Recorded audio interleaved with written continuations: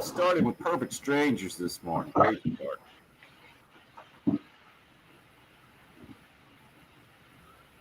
Patrick's back.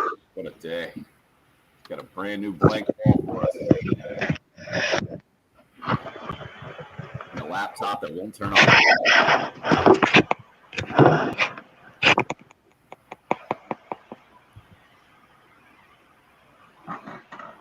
For everyone who has struggled springing ahead, the theme song's for you. Perfect Strangers might be able to get you going in day number 2 of your week. The work week, anyway, of springing forward. Thanks for starting your Tuesday with us. Oh, Bill, isn't it a great thing to see young Patrick back on a day like today where one of the headlines is his football team has a new quarterback? I woke up in the middle of the night and apparently I have a weird thing to check my phone, and the first tweet I see is Ryan Fitzpatrick heading to the Washington football team. And Patrick's tweeting about it. Looked excited. Going to compete with Taylor Heineke. Sure, him too. And yeah, I don't know. I tweeted, "Oh boy," that didn't really say anything. It just said, "Oh boy." You could take it any number of ways. Sounds like you're still taking it a few ways. Wait a second. I got to break down what just happened. You wake up in the middle of the night and you get on Twitter? Sometimes if I'm just kind of laying there, I'll just kind of grab my phone and scroll for a minute to see what's, like if I go to bed early. I have Twitter notifications on now because it's that season. So every time I'm away from my phone for 15 minutes, Schefter and Rappaport have tweeted about 5 different transactions. Draft season. Oh, shoot. I forgot to – I think I've gone 2 days without saying 40 whatever days till the draft. Without updating this? This is why you're still just an amateur. The pros never forget to tell everybody how many days are left until the draft. Setting my phone with notifications from Schefter and Rappaport at this time of year sounds like my personal nightmare. That thing would just I would want to throw my phone in the trash even more. The most annoying part of it is that they just tweet the same thing. Right. So I want the first news, and one of them always breaks it, and then the next notification is about 30 seconds to a minute later, and it's a different one saying the same thing. Can you imagine that life? Because they're just ticked to see the other person. Yeah, you can't sleep. Now. Oh, man, what a terrible life that must be. But I'm glad you guys enjoy it. I'm glad you enjoy it, especially Patrick. Ryan Fitzpatrick? Oh, yep. Boy. Come on. You got to go one way or another here. Are you still processing this thing? Are you still trying to figure out how to be excited? What are you doing? No, I don't know. I mean, I guess he's a polarizing player. I don't know. I think you know what you're going to get from him. So, Chris, I'm seeing popping up. That's his 8th team now, I believe.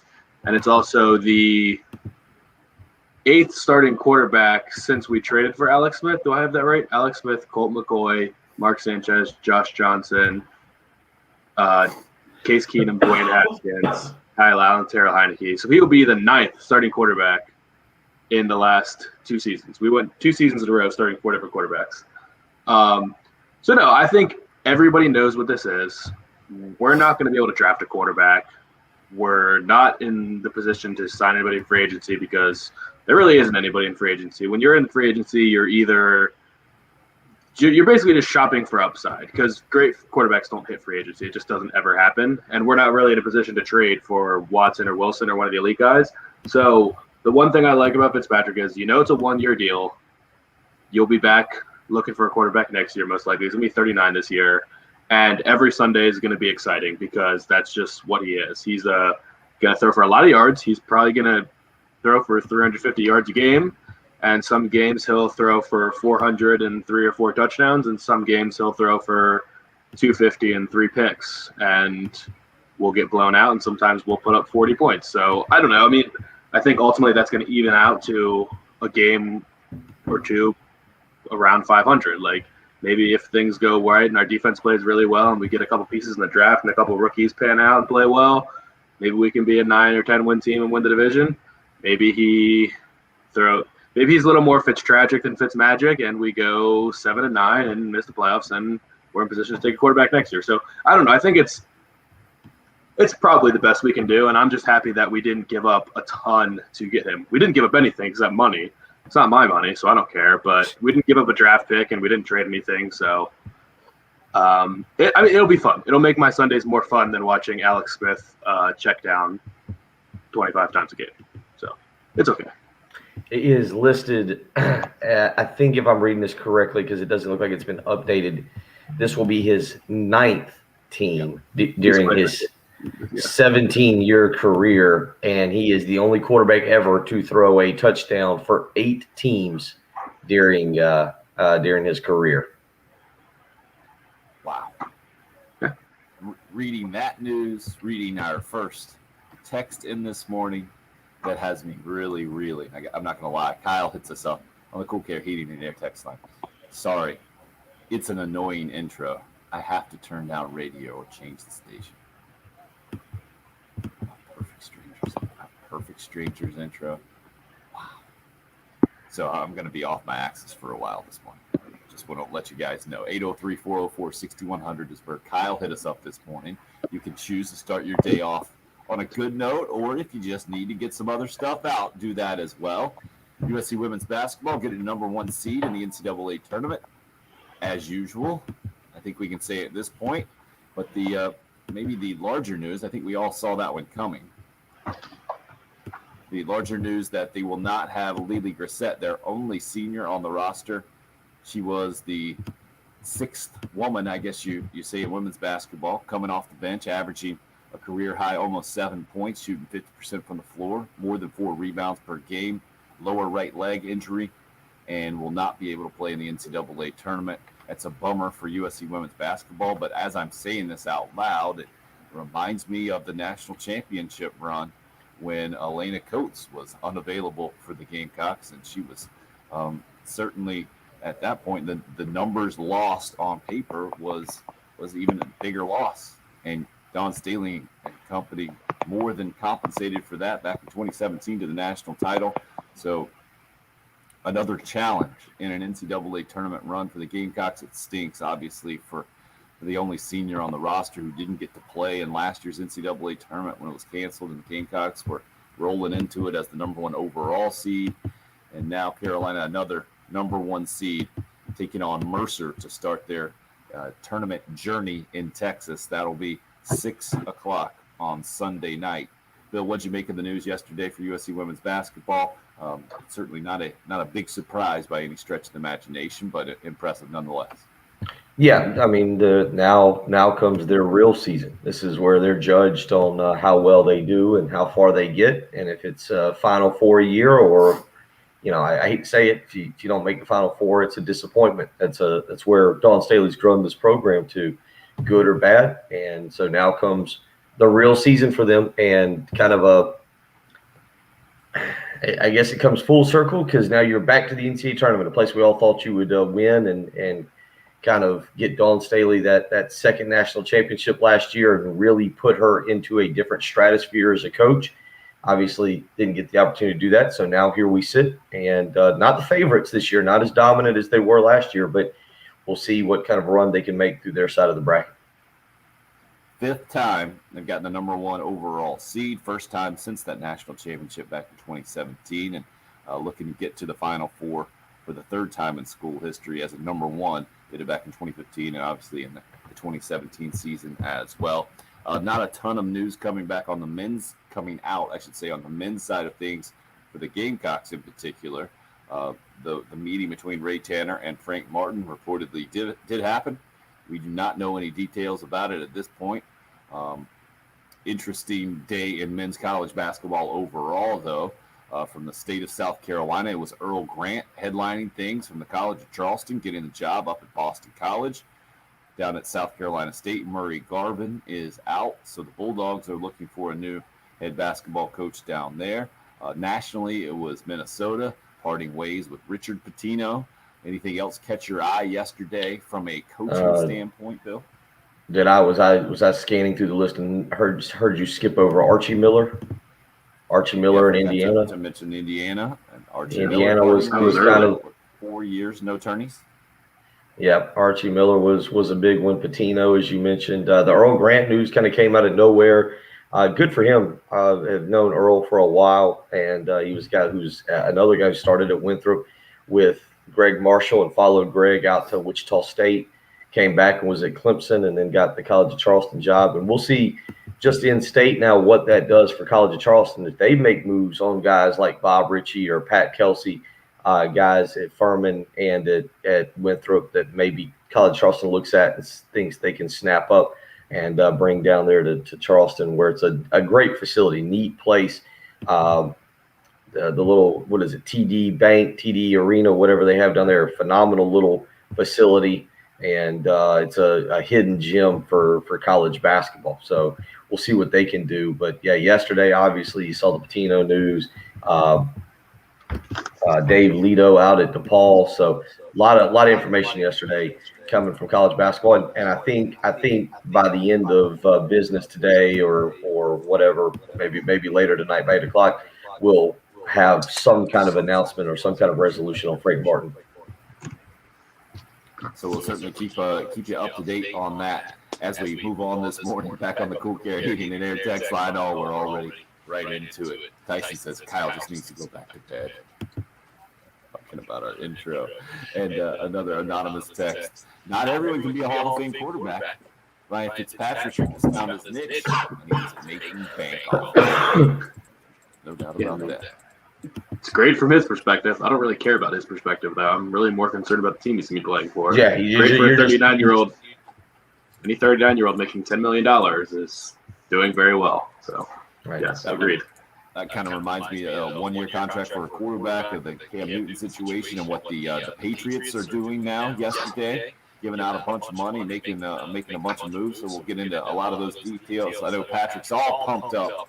Yeah. In the middle of NFL free agency and all kinds of news. I assume you guys talked to Breeze yesterday. Yeah, you weren't here. We talked about you. We mentioned we don't think he's gonna. We weren't sure if he's gonna play any more games. That was all we mentioned. We will talk a little bit about Drew Brees since it's official now with the retirement, and that's certainly a part of the quarterback shuffle that's going on in the NFL, as well as the Washington football team and Ryan Fitzpatrick right now. Off to some kind of start this morning. 803-404-6100 is the number in the program you can call or text.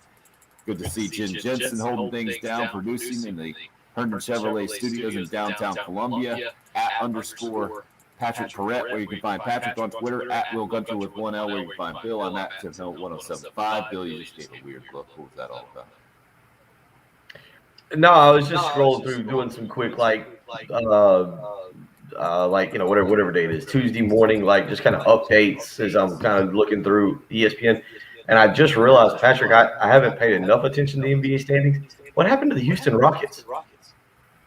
They traded James Harden and stunk, and then PJ Tucker decided he didn't want to play for them anymore either, and they let DeMarcus Cousins go because he didn't want to play there anymore either. It's just John Wall now. It's by himself. They've lost 16 in a row. Yeah, they're the worst team in the NBA right now. They were 11-10, and they've lost 16. I just happened to catch that. That's because James Harden has gutted the roster for the last 7 years because he just demanded that every single superstar in the NBA come be his running mate. Never worked out, and then he demanded a trade, and then was like, "Hey, I hope the Houston fans aren't too mad at me. I hope we can still be friends." After he left them in the worst possible position, they're so bad. I was just doing quick scans this morning, as I typically do, just seeing if there was anything else out there. And one of the first things that popped up was like, "Hey, Phoenix Suns are second in the West. How about that? All that finally paying off." And I was like, "What happened to the Rockets? 16 losses in a row. My goodness." James Harden should never be welcome in that city again. I would despise him if I was a Houston fan. He's got his restaurant. That restaurant's got to be working out well. I mean, honestly, just pour one out for anyone that's a Houston fan, because they are just in miserable shape right now from every sport.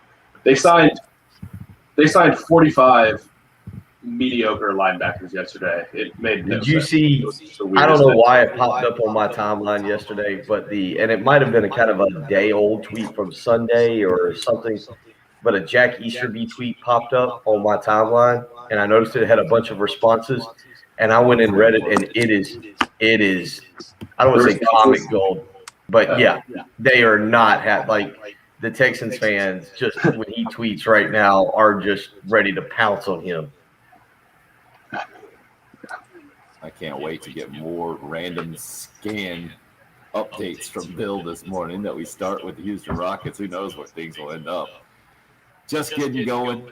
We see you on the live video chat as well. That's brought to you, or the live video stream brought to you by Buford Lending. The video chat up and rolling. Carlton and TJ getting after it. TJ wants to know about chances still for the Carolina Panthers to get Deshaun Watson. Carlton's keeping us updated on everything going on down in Orangeburg. Travis is up with us now. We're up and roll. It's the early game. It's 107.5. Home of the Gamecocks and new head football coach Shane Beamer.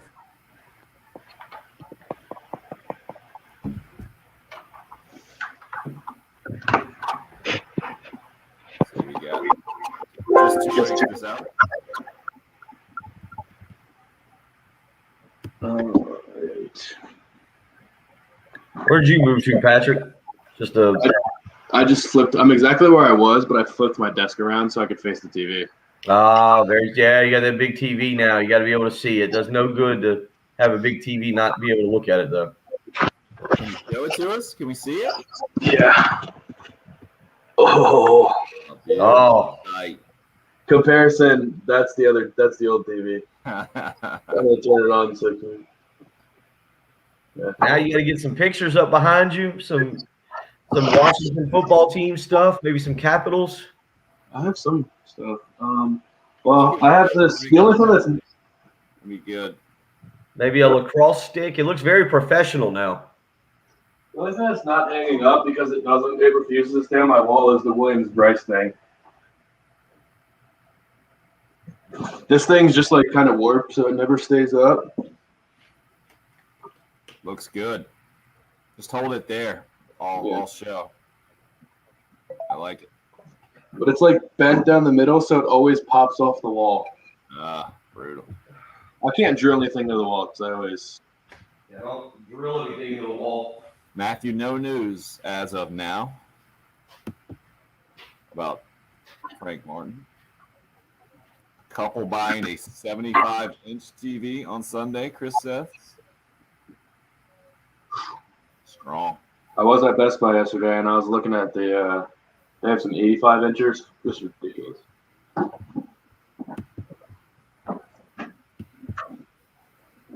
All right, so my laptop has been on for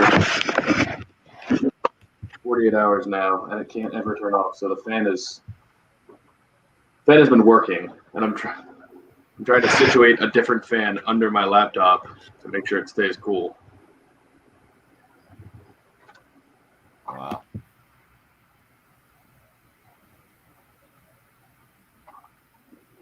James is all in there.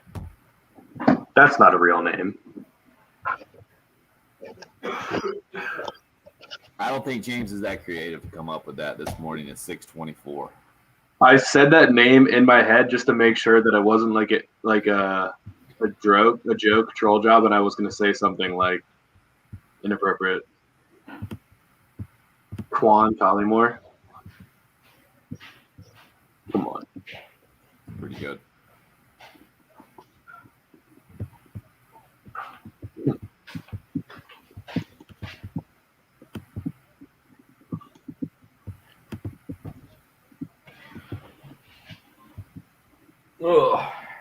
Oh, let's open the curtains.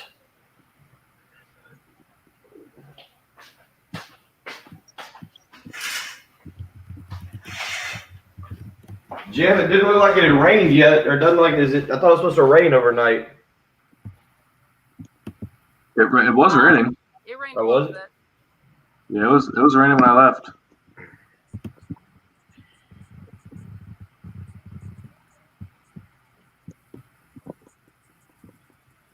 It's supposed to pour today. I think it was like 80% chance today. Why would someone send us a text asking us about Georgia Southern baseball that Clemson will be playing on March 23rd. Yeah, just say no.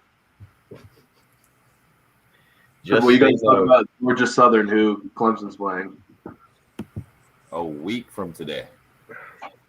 Yeah, got to go ahead and get that preview in. A lot going on. Honda Classic this weekend. Probably some pro days. Start of spring practice. Need to go ahead and get that preview in. No, the preview is in for next week, Karen. Thanks, James. It was a good weekend of lacrosse last week, and I had such a good time watching lacrosse on my computer and basketball on the TVs in the studio. It was the easiest work day during baseball. And the baseball game wasn't on. I couldn't watch it even if I wanted to, so I didn't have to stress about that. I just watched Michigan, Ohio State, and Tennessee, Alabama both came down to buzzer beater attempts within 30 seconds real time. It was awesome. You got a plan for watching the tournament this weekend? No, I mean, it'll be on in the studio, I'm sure. Bill, you got anything for James here? I know nothing about him. I don't. Yeah, I saw that, but Yeah, sounds British. Twan Collymore? Collymore, yeah. Collymore sounds very British. I don't know about Twan. It's I don't from know what Manning that sounds like. originally. I'll do the research for you, James, if Bill's just going to do nothing. Well, it sounds like that's a buddy of his or a nephew or something. Did go to Butler Community College at one point. Is that what he's talking about in Kansas? I believe it might be. 2019, though, I'm seeing he was listed at 5'8", 170. Sterling College.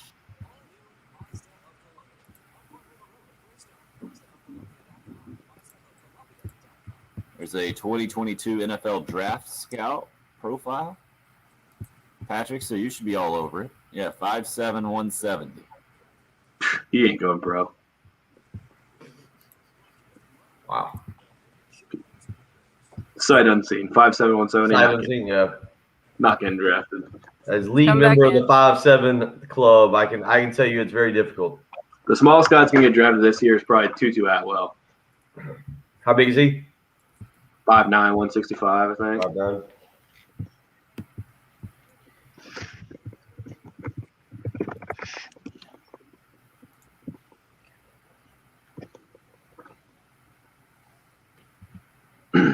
All right, guys, we're up. Tee it up at Williams-Brice Stadium this spring. Topgolf Live taking over Columbia. Topgolf Live bringing the Topgolf experience to iconic stadiums around the country. We'll be at Williams-Brice Stadium April 8th through April 11th. Head over to our website to register for a chance to win a pair of tickets to tee off at 6 p.m. Saturday evening, April 10th. Topgolf Live at Williams-Brice. We gave out a few of those, a pair of tickets at our golf tournament on Friday. It was a good thing to give away, and it's a cool concept for sure. If you've never done Top Golf, I highly recommend that. Just at these standalone places, I think Charlotte might be the close one. You have the one that we did on Main Street there, Bill, was kind of the simulator deal.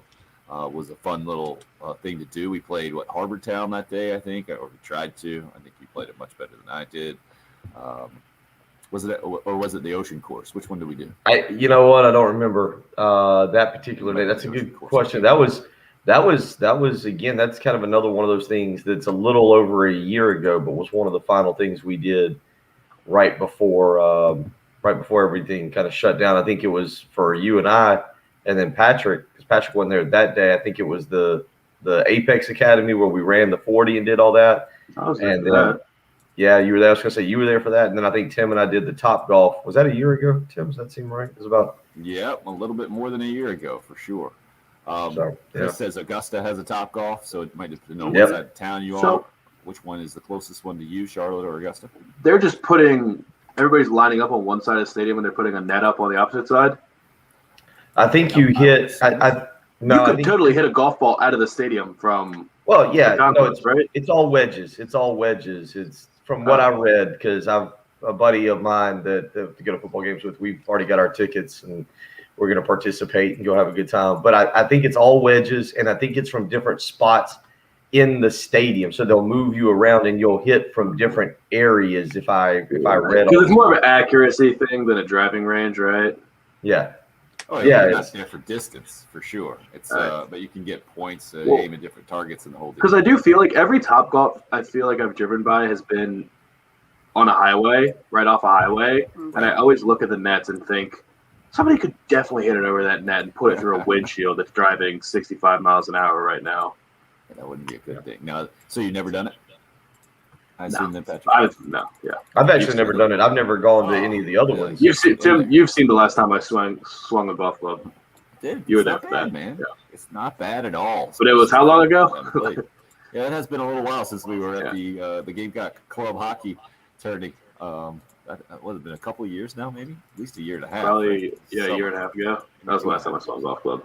I don't know. It's all blurred together. But one of the guys that was out at our golf tournament at the Windermere Club on Friday, weighing in on Twitter right now, our buddy John Frew. You might have seen his picture. He was playing with a Texas logo ball while wearing a Carolina shirt. So you could look at it a couple of different ways. Either he was very confused going into last weekend's baseball series, or he couldn't lose. I believe grew up in Texas and ended up coming this way. He says, morning, guys, and the lovely Jen. Just wanted to let you know, hashtag I stand with Frank. I think he should be able to go out on his own terms, not ready for a Darren Horn or Steve Newton run back.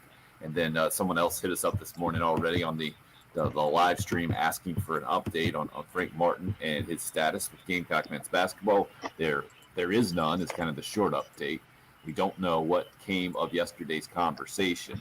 What do you make of John's take about being able to go out on your own terms there, Bill, from Frank's perspective? Yeah, I mean, we'd all love to go out on our own terms in any walk of life, whether it's your business or it's athletes who are trying. I think, the Drew Brees scenario that we did talk about yesterday, but being able to kind of go out on your own terms. But even then, that was pushing it, right, Patrick? Like, it is kind of his own terms, but it was more of like, hey, we really appreciate it if you not put us in this situation.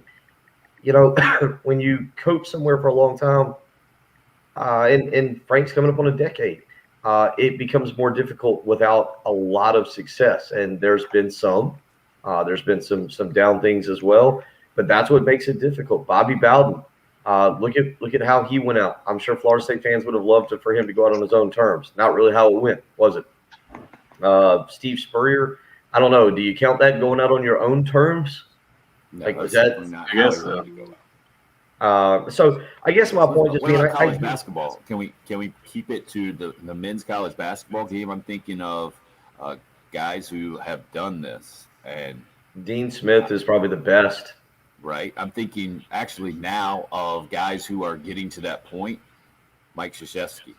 I was going to say Roy Williams. He probably isn't quite there. Jim Boeheim is probably the next one in line. It's getting way up there and towards that period. And I mean, the numbers are way up there. So I'll be interested to see how these situations work themselves out eventually in the next few years. I'm just glancing. Tom Izzo is 66 at Michigan State. He'll be 67 next year, so he's probably got another 6-7 years in him, maybe, unless he's just burnt out. Roy is, how old is Roy Williams? I feel like Roy is older than Tom Izzo. Yeah, I would say 67 maybe. Roy is 70. Roy is 70. He'll be 71 in August. So, when we're mentioning these names, the difference is, and I can hear some Gamecock fans just screaming right now, one NCAA tournament berth in the 9 years that Frank Martin has been at South Carolina. Now, on the other side, he has 4 NCAA tournament wins, the most in South Carolina history as well. So, to me, it's crazy how the same fan base, there are so many different factions, or you can be on completely polar opposite ends right now. I think there is a section with John says absolutely with Frank Martin right now, and let him be patient with him, or he's earned the right to stick around and be the guy moving forward. And then there's the opposite as well, said, no, I'm done with this, ready to move on kind of thing. That's the feel that you get too, right, Bill? Yeah, I think everybody's kind of Here's where I kind of side on this. I feel like if Frank Martin stays, he will get this program back to what I've seen the last 3 years, where there's going to be some great wins, probably in conference play, maybe in the non-conference. I did see Clemson and Virginia last year. I saw them go on the road. There's going to, you saw them beat Florida this year. There's going to be some really good wins, and there's going to be some really bad losses that just are agitating and irritating as a fan. I think that recruiting will be fine. I don't think it'll be great. It's not going to be awful. I think you're running a 500 program, which historically over the last 40 years is better than South Carolina does. And I feel like that he'll have them right there on the cusp of the NCAA tournament. What people want now is to be in the NCAA tournament, and that's a very fair expectation. So I feel like with Frank Martin, you know what you're going to get. You're going to get a team that's right there on the cusp. I think last year's a good example, 18-13. You got some really good wins. You got some really ugly losses. They all kind of go hand in hand, and if that's the direction we continue down, that's with Frank Martin, that's what you're going to get. The alternative to that is to go out and see what's available in the job market. Look at yesterday. Penn State hires an assistant from where did they hire the assistant from? Not Strawberry, but Strawbo, whatever. Penn State hiring an assistant from Strasburg? Not hire. That's a town in PA. No, they hired his name is Michael. He was with yeah, I'm sorry. Yeah, they didn't hire, but Michael Shrewsbury from Purdue. But his big sticking point, he'd been with Brad Stevens for 7 years in the Celtics organization. So with all that being said, you look at that, you see Boston College hiring Earl Grant. I'm not going to sit here and try and convince anybody that South Carolina's going to go out and make a hire that inspires great confidence. I think it's going to be a lower level hire, and it could be great. It might turn out to be great, and it could turn out to be really bad. I don't know. It's the great unknown. I feel like with Frank Martin, I feel like it's a very similar situation to Mike Bobo in a way. I knew what Mike Bobo was going to be as an offensive coordinator. Like it wasn't going to be all that exciting, but I felt like I knew it was going to be steady, and I knew it was going to be. I have no clue what I'm getting with Marcus Satterfield.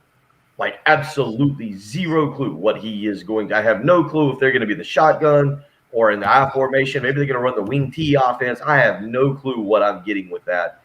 With Mike Bobo, was going to be some I formation, a little bit of shotgun, and it was going to be kind of bland. I think it could have been effective. It would have been okay. I don't know if you guys talk about this answer, but what are your thoughts on if it's not just keep Frank Martin or move on? Is it move on or extend?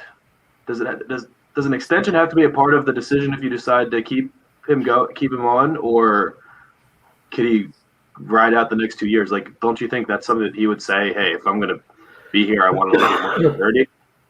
I think that's part of what the conversation was yesterday between Martin and Ray Tanner. Bill, you're the resident recruiting nerd, and that's what the explanation always is, right? And why you have to have a college coach under contract for 4 years so you can go and sell your program to recruit some prospects. How do you see this thing? Because to me, that's the biggest issue, Patrick. It's not, can Frank Martin coach? We all know he can coach. And it's not, does he want to be at South Carolina? He says he wants to be at South Carolina. The question is the commitment there from the administration for Frank Martin that he thinks is appropriate, or has that relationship kind of come to an end? Yeah. Bill, how do you see it? Well, again, as I said yesterday, I don't think it's a 1 year. I just don't see where you can offer him a 1 year, hey, get this fixed next year.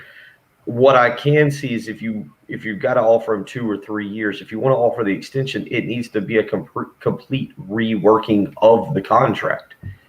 You're on the hook for $6 million. If you want to redo the contract and tell him, hey, we're going to rework it, but let's say we're going to give you an extra 2 years, but after this year, your base pay goes down under $2 million. We're going to reduce your salary, and the buyout is substantially lower. You know, if those are the offers, South Carolina, in my opinion, has the leverage here on Frank Martin. Now, I don't think South Carolina has great options, but I don't know what Frank Martin's options are out there right now in terms of other job opportunities. So I think what you end up here is if you're going to commit to him, you can maybe go to him with almost a new contract. Say, look, we'll honor the $3 million that we owe you for this year and next year. The 6.5 is basically what it is. We'll give you a 2-year extension, but we're going to reduce your base pay substantially, and your buyout is going to go closer to $1 million or even, $500,000. I mean, you can really kind of put it to where you don't have that much of a financial burden if you give him 4 years, if you can restructure that thing. And there are lawyers, there are attorneys, there are people that handle those things that are much smarter than I am, that understand exactly how you go about doing that when a contract is running up in 2 years. So is it completely unworkable to just keep the contract and not make any changes, you think? Because in football, it would be. Is it the same in basketball? I don't really know. I don't think it is. I think that's possible too. Because you don't want to be on the hook for, hey, we're going to extend you 2 years, and then you win 4 conference games, it's just another brutal season, and this year is not the anomaly anymore. And you say, well, we're kind of on the hook for another year now because we just extended him. So I just think the way Tanner with the Muschamp situation having gone how it went, right? Yeah. I think the way basketball recruiting can be, and the lower scholarship numbers when you're talking about filling out a roster of 13 versus a roster of 85. And look, we've seen Frank's teams in the past with 7, 8 new guys in one season. That's not something that's unique to just him. Another coach could come in, hit the transfer portal, could hit the junior college ranks, and could recruit, and you could rebuild a roster in 1 year. Now, is it going to be a roster of All-Americans and players that are ready to go in and win the SEC? No, probably not. But you can go find good players. So I don't think everybody's going to transfer out. So to answer your question, I actually don't think it's unheard of to look at him, and if you were to do it and say, no, we're not offering a contract extension, we realize that makes it really difficult to recruit, but at the same time, we're just not going to financially tie ourselves to you for more than 2 years. And you know what? It may set us back a year or two at the end, but that's okay. We'll at least feel like we have a direction for the basketball program. Interesting takes. Cool Care Heating and Air text line. Todd, this is no brainer. You keep Frank Martin. What are you in a hurry to move on to? Another 50 years of mediocrity? Sean says too many kids have either chosen not to come here or transferred out, with many having success elsewhere. Why can't his system work here? I think it's run its course and moving on is best. That's Sean and Todd. Polar opposite ends of the spectrum. They were in on the Cool Care Heating and Air text line 3 minutes apart. 803-404-6100 is the number. The bubble in Indiana, not off to a great start for the NCAA tournament. Those details coming up next. It's the early game. It's 107.5 the game. The Gamecocks and new head football coach, 107.5 the game. Today's announcement not just to be a head football coach for the Southeastern Conference, but to be the head coach at the University of South Carolina. Welcome, coach. Up and at 'em this morning. You're heading off to work, getting the kids to school. Make sure you got a reliable vehicle to do all that. Also, because of the spring vacation season just around the corner, you're going to want to load up the family in the old car, take them down to maybe the beach, get a little beach trip in. Maybe you got something else planned. Yeah, first thing is make sure the thing is reliable. And to do that, you need to go visit Love Chevrolet, I-26 in Irmo between Lowe's and Frankie's Fun Park. Your one-stop shop now, whether you're looking for pre-owned or new. If you haven't heard yet, let me tell you again, the folks at Love Automotive over in Casey on Knox Avenue Drive just moved their incredible inventory over to Love Chevrolet in Irmo. That means whether you're looking for new or pre-owned, you can visit Love Chevrolet and find exactly what you are looking for. Other dealerships right now scrambling to find inventory. Not the case at Love Chevrolet. Brand new selection of vehicles, 14 acres to choose from, an incredible sales staff, and of course, the $1,000 low price guarantee means you can shop other dealerships, take it back to the folks that love Chevy and they will top it. So don't wait around. Your largest selection of new and pre-owned is at a one-stop shop in Irmo between Lowe's and Frankie's Fun Park. That's Love Chevrolet. Get out and visit them today. Check out that great sales staff, the incredible deals, and of course, as I pointed out, the incredible selection. Love Chevrolet and Irmo between on I-26 between Lowe's and Frankie's Fun Park. Get out to Love Chevrolet and find new roads.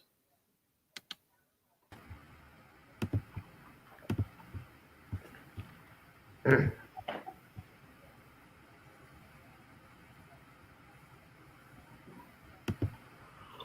that's the thing, KT. I'm wondering how this is all taken by Frank.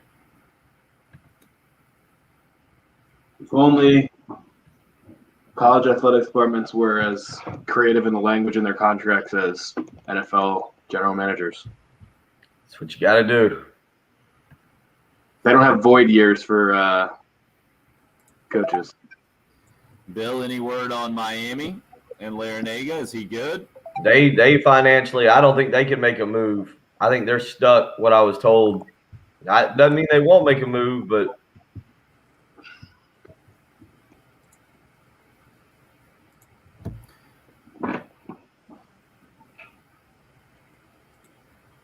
what is Steve saying? Can Martin coach? that's what I was just tilting my head. I don't know. If he could, we would not be having this conversation. Oh, well, the last text on February 1st was terrible coach, worst person, changes needed. I should have looked at that one first. Yeah, usually it goes back.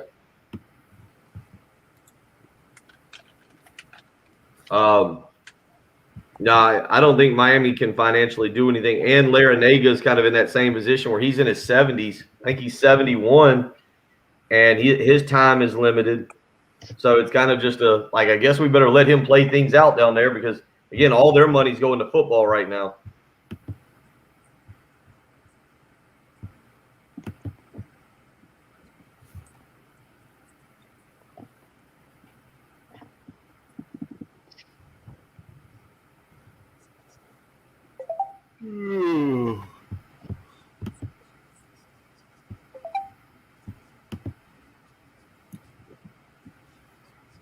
Sean's text simply wasn't accurate about too many kids. Gotcha. Not one transfer from Frank Martin. Seeing as an actual has done better after transferring away. Jair Bolden, Patrick. I think his numbers are better, but I mean, do you really say he's done? Like he went to a team where he had to shoot the ball more. Yeah, I mean, Felipe Haase is probably doing better, but they're going to places where the competition level is as high. So how do you then gauge doing better? You just make a statement like that when you know that it's subjective, and then you can say that you can argue that you weren't wrong because it's subjective. No, I mean, when Jair Bolden plays, I think he had like the second or third most minutes and averages more points. How is that not doing better? He averaged two. He didn't shoot the ball. He shot the ball better.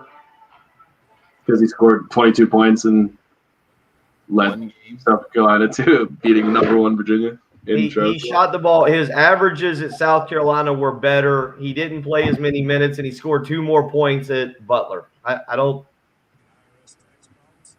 don't know if that's necessarily him playing better. And Butler went 10-15. Jen. You guys seeing where Indiana wants Brad Stevens? You seen those memes out there? I can imagine. I hadn't seen them. That was a great tweet out there saying, I realize Brad Stevens probably not coming to Indiana because why would he want to come to a place where the fan base has unrealistic expectations and everybody is stuck in the 80s? He definitely wants to coach the Boston Celtics instead. Nice.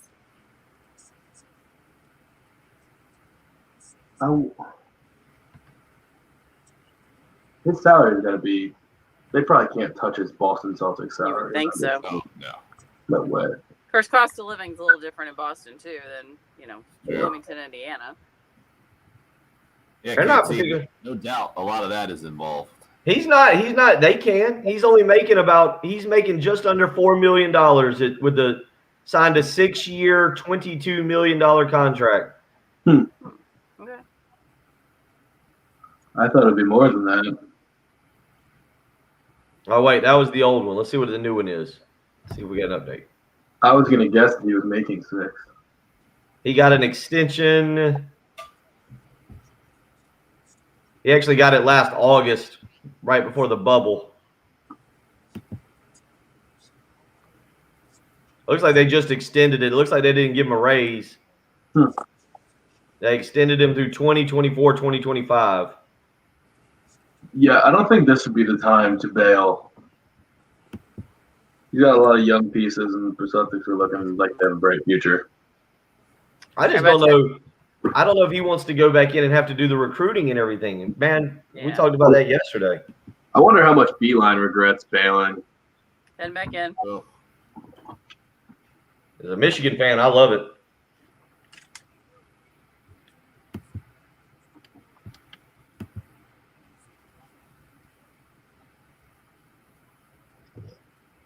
You guys are up.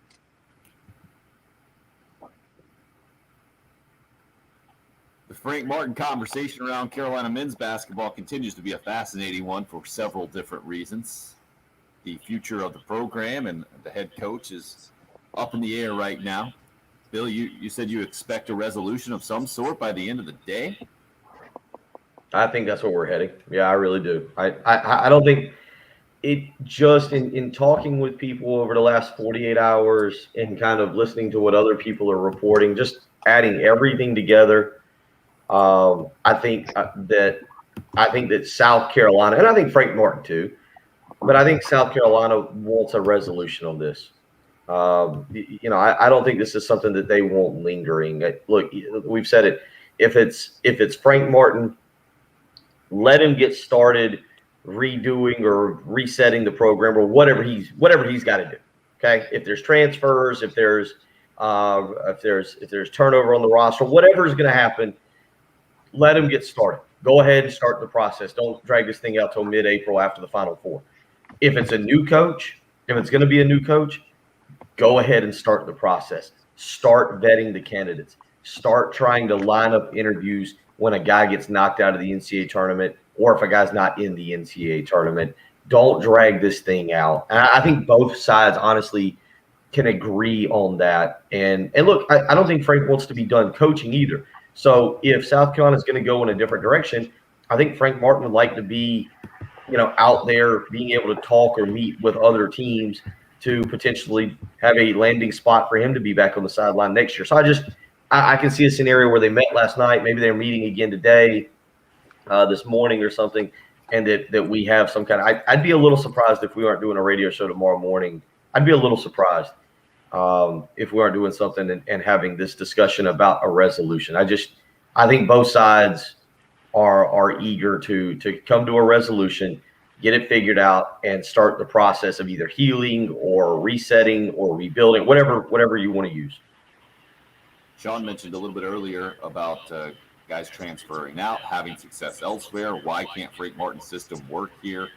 He says he thinks that the course is it's run its course, is what he's saying. Patrick says Sean's text simply is inaccurate. Not one transfer for Frank Martin, which, seeing as the national average is 3.5 per team per year, is actually less here than elsewhere, has done better after transferring away. Now, as Patrick hit us up with this, we went and looked up the Jair Bolden numbers, and he is averaging a couple more points this year and more minutes at Butler, 10 and 15 Butler team. So I would say negligible. You can kind of make your argument one way or another there, but Felipe Haase went to Mercer, was in the conference championship game we saw a couple of weeks ago, but didn't put up huge numbers. Other guys that I thought maybe would have had some success after leaving the South Carolina program just simply haven't. Rakim Felder never landed anywhere. Was Sidi Kaida, I thought, was on his way to being a legit college basketball player, and that never worked out for him either. Patrick, Where he's at now, like what's that? I see where I'm trying to just see where Kaida. I don't even know if Kaida's on a college roster this year. Yeah, he ended up down at Florida International or Atlantic. Yeah, he ended up there, but I'm not sure he was on this roster. Yeah, he's not listed.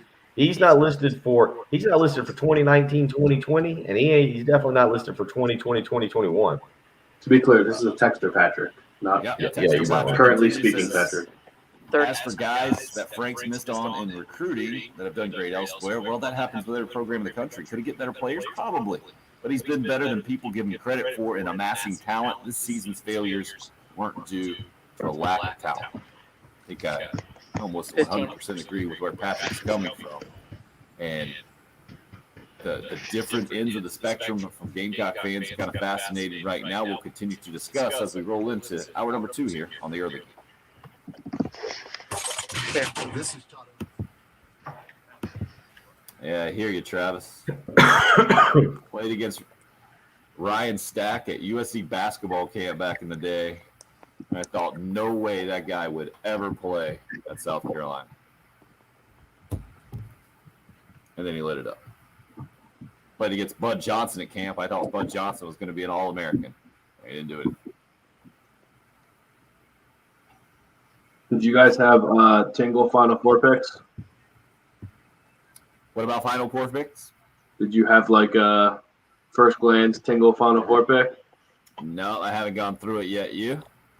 Of course. First thing I did. First thing I did was look at the bracket and say, all right, here's my Final Four. I already wrote in Illinois national champion.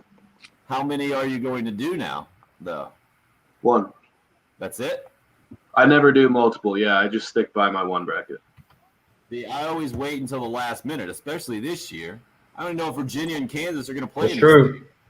Yeah. You don't know what players are there, what teams are there. You don't know if they're going to have referees.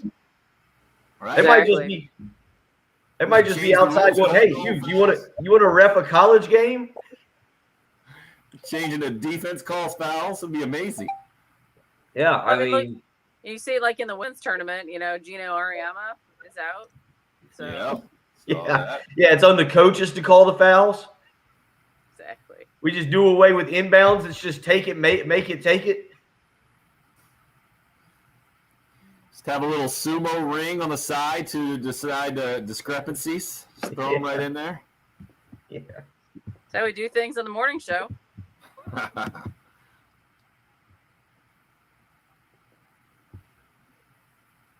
I was talking to somebody this weekend that I ran into. Their son has gotten into lacrosse at Lexington. They were telling me, like, he was sitting there and he was like, man, that's a fun sport. I hear Patrick talking about it. He's like, I don't understand the rules. There's a penalty box and sometimes they're in there and sometimes they're not. I don't know what's going on. He's like, man, they're hitting each other and there's a ball flying all over. And It's awesome. like, that's a fun little sport. Usually you can tell when or why there's a penalty in lacrosse. Usually it's pretty obvious. They look brutal. Yeah, because it's pretty violent to begin with, and Yeah. when it reaches a certain level, you're like, yeah, that's probably a penalty. It's probably not allowed. Coach out in Lexington, he's good. Good guy. It was packed out there last night. Was it? Because I dropped Austin off and was coming back by the high school, and I guess they were playing River Bluff in baseball, but then there was something going on. It must have been a soccer match at the stadium. No.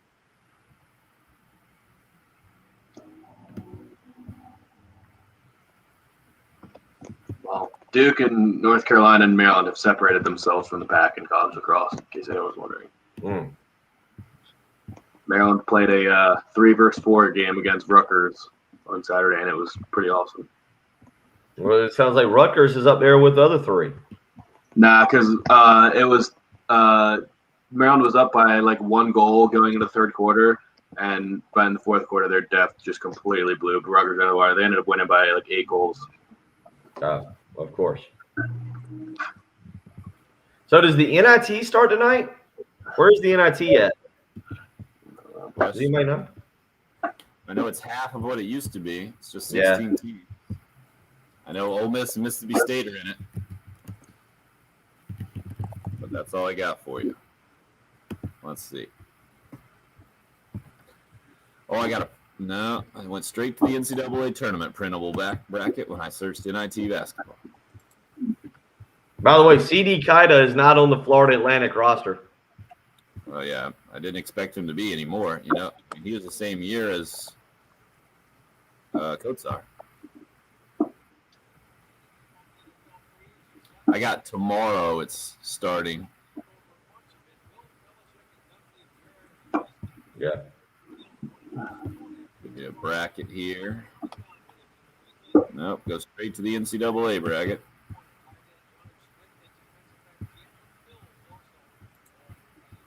I got the bracket, upper left bracket, Colorado State. That's where Medved's at. Okay.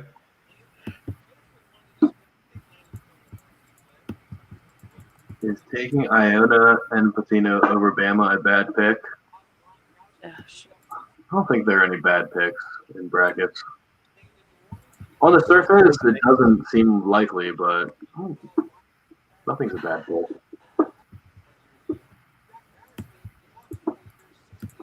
Taking anything but Illinois versus Ohio State and Gonzaga versus Florida State is probably not going to get you very far, though.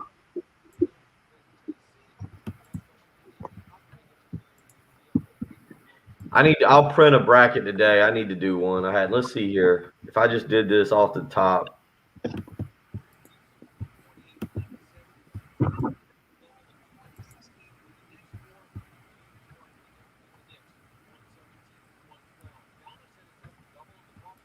Oh, David is all in on Ryan Stack's daughter. Plays with his niece. There you go.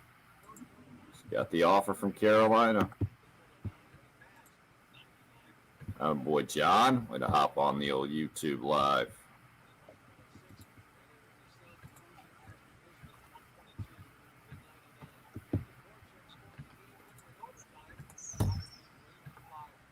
I don't know. I don't mind Iona over Alabama. If they're not hitting their threes, they can be beat pretty easily. Now, if they are, they can win the whole dang thing.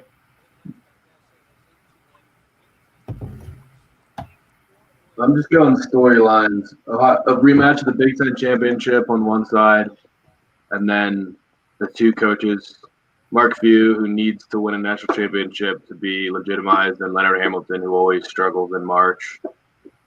Big, great teams that always come up short. Those two will be in the Final Four. And I always back a challenge this year, John, for us.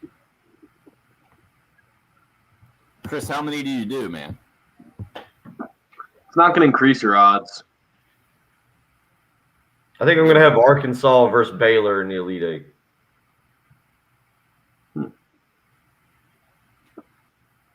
Okay, how about the Final Four? Arkansas? No, who's going to be your Final Four? I'm working on it. You just read down the list and say, I think them. Huh? Just read down the list of teams and say, they'll make it. It's a gut. Hold on. I'm just doing a quick bracket. Great to have you out, Jen. I think everybody who participated in the Integrated Media 1075 The Game Spring Golf Tournament out at Windermere on Friday probably breathed a sigh of relief that you weren't on the grounds there to lock anyone in. Even though Windermere just has the standalone restroom facilities out there. I'm sure you could have done some damage somehow. Patrick's in a bitter mood to start hour number 2 because we haven't filled out our brackets.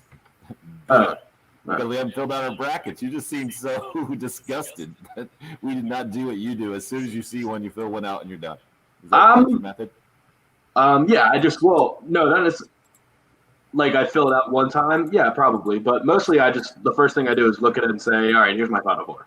I just look through every region and say, they're going to make Final Four. They're going to make Final Four. They're going to make Final Four. They're going to make Final Four. That's the first step. Because if you get your Final Four right, you're probably going to win the bracket challenge. If you get all 4 of them right, because the points start to mean more in those later rounds. That's the most important thing. You reverse engineer your brackets. Is that what you're saying? Yeah, I mean, I knew. You work backwards? Yeah, I've known that Illinois was going to win the national championship since the Big Ten semifinal when they just manhandled Iowa, and Kofi Coburn made Luka Garza look like just an absolute baby, just completely bodied him. It was one of those games where it's like you can tell. It's like it happens as kids, like every youth game where somebody's just the ball won't fall. They get a couple of fouls called on them, and you can really see them starting to emotionally unravel. That was happening to Luka Garza when he was trying to back down Kofi Coburn, and it was electric to watch. Chris on the Facebook live stream, our video stream sponsored by Buford Lending, by the way, have to do more than one bracket. So I asked how many. He says at least 5 or 6. LOL. Hey, then you got no clue, right? Then you can't Right. root for anyone in particular because you probably have that same game going both ways, and you get 5 or 6 brackets. Yeah, I'll fill out 5 or 6, like 5 or 6 different places, but they'll all be the same winners got no and problem with losers. that. So that way, when I'm watching it, I know what to win, and I don't have to double All check. right. I just during this I've filled out my first just bracket, just as Patrick said, just quickly going through each one. So I've arrived at my final 4. It's not going to be a big shocker here, but it's really the first time I've done this and looked to see what the final 4 would look like, even though Okay. this was the easiest thing in the world. Before you I would tell all- us, we just need seed numbers. What are your seed numbers in the final 4? They're all- 3 number 1s and a number 2. These are all ones. They're all ones. I ended up with all ones. You're Just clicking. surrendering. You're just surrendering. No, just because I kind of wasn't paying attention. I was doing it so, like, I'll give you an example. I ended up in the West. My Elite 8 is a Gonzaga versus Kansas showdown, 1 versus 3. In the South, and this is where I almost ventured off, I've got a 1 versus 3, Baylor versus Arkansas showdown. I've got a 1 versus 3 in the East, which is Michigan, Texas. I got Maryland making a run for you there, Patrick. I got Maryland knocking off Alabama in the second round and making a run. And then I've got an Illinois versus Houston Elite 8 game. So I'm kind of with Patrick just because as I started going through this bracket and looking at it, there was a couple games that as I'm filling out just got very interesting. And it's kind of interesting because I think there's a lot of coaches who this year could win some games and just build a lot of goodwill. It doesn't mean they have to win a national championship. So, for example, Oklahoma State, we've talked a ton about Mike Boynton. Boynton could very well be in line for a significant raise and an extension at Oklahoma State. He was mentioned yesterday in regards to the Indiana job. I've got Oklahoma State in the Sweet 16 with Cade Cunningham taking on Illinois, and even though I really like Illinois and I agree, I think they're one of the 2 or 3 teams that I'll definitely pick to win the national championship. You give me the number 1 pick in the draft and Cade Cunningham in a one game scenario. I mean, he goes for 40 and 15 again or something, Patrick, and Oklahoma State pulls the upset. Well, the only problem is he's also going against first-team All-American Aya DeSunmu for Illinois. I mean, that's why Illinois got screwed. They're playing the best basketball in the country right now. I mean, besides Gonzaga, but it's really hard to gauge. But, yeah, Illinois is playing the best basketball in the country, and they just have a gauntlet to get the Final Four. I mean, just after their first the 116 matchup, they'll have to play Georgia Tech, who just won the ACC, and Moses Wright was the ACC Player of the Year. That's tough. And then if you win that, oh, good job. Now you get to go play Cade Cunningham and Oklahoma State, who can beat anybody on any given day. That's not easy. And I'm with you. I like Houston. ACC champions, then Big 12 champions, ACC Player of the Year, then Big 12 Player of the Year. Yeah. And it could be Tennessee. It could be you got Tennessee, Oklahoma State, because Oklahoma State's fully capable of losing anybody. But, yeah, as I was doing this, couple upsets. I don't know enough. I do strongly lean with the Winthrop over Villanova 5-12 because Villanova's beaten up. Like, Villanova is missing several players. And I do think Winthrop goes in and just wins that game outright because, and I don't even know that's one of those huge 5-12 upsets. I just think Winthrop, given how they're playing, and Villanova, given how banged up they are, that sets up well for Pat Kelsey and Winthrop. Do you know the one lower seed that's favored in their opening game? Rutgers? Yep. I saw that the other night. Times yesterday. Ron Harper Jr. is a good player. Rutgers is very athletic. When I saw that pop up, I didn't think that was the best matchup for Clemson. I'm not sure if that's definitely not. I didn't think that was the matchup. You said Maryland going on a run. I don't think I'm going to pick Maryland to beat UConn. They don't match up well. UConn's got size. Maryland's susceptible to size. They're just a small team this year. They play great defense, and it's really fun to watch when because they're really clicking on defense. But when you have these behemoths, it's just there's only so much you can do. Jazz, good stuff. I feel like we're going to have this conversation with Patrick somewhere in the next few weeks. He says on the YouTube live stream, I get humbled every year. I let my students fill a bracket out to talk about probability and stats. And every year, the winner in my class, someone who could not have cared less, filled it out in under a minute. Yeah, that's 100% how it works.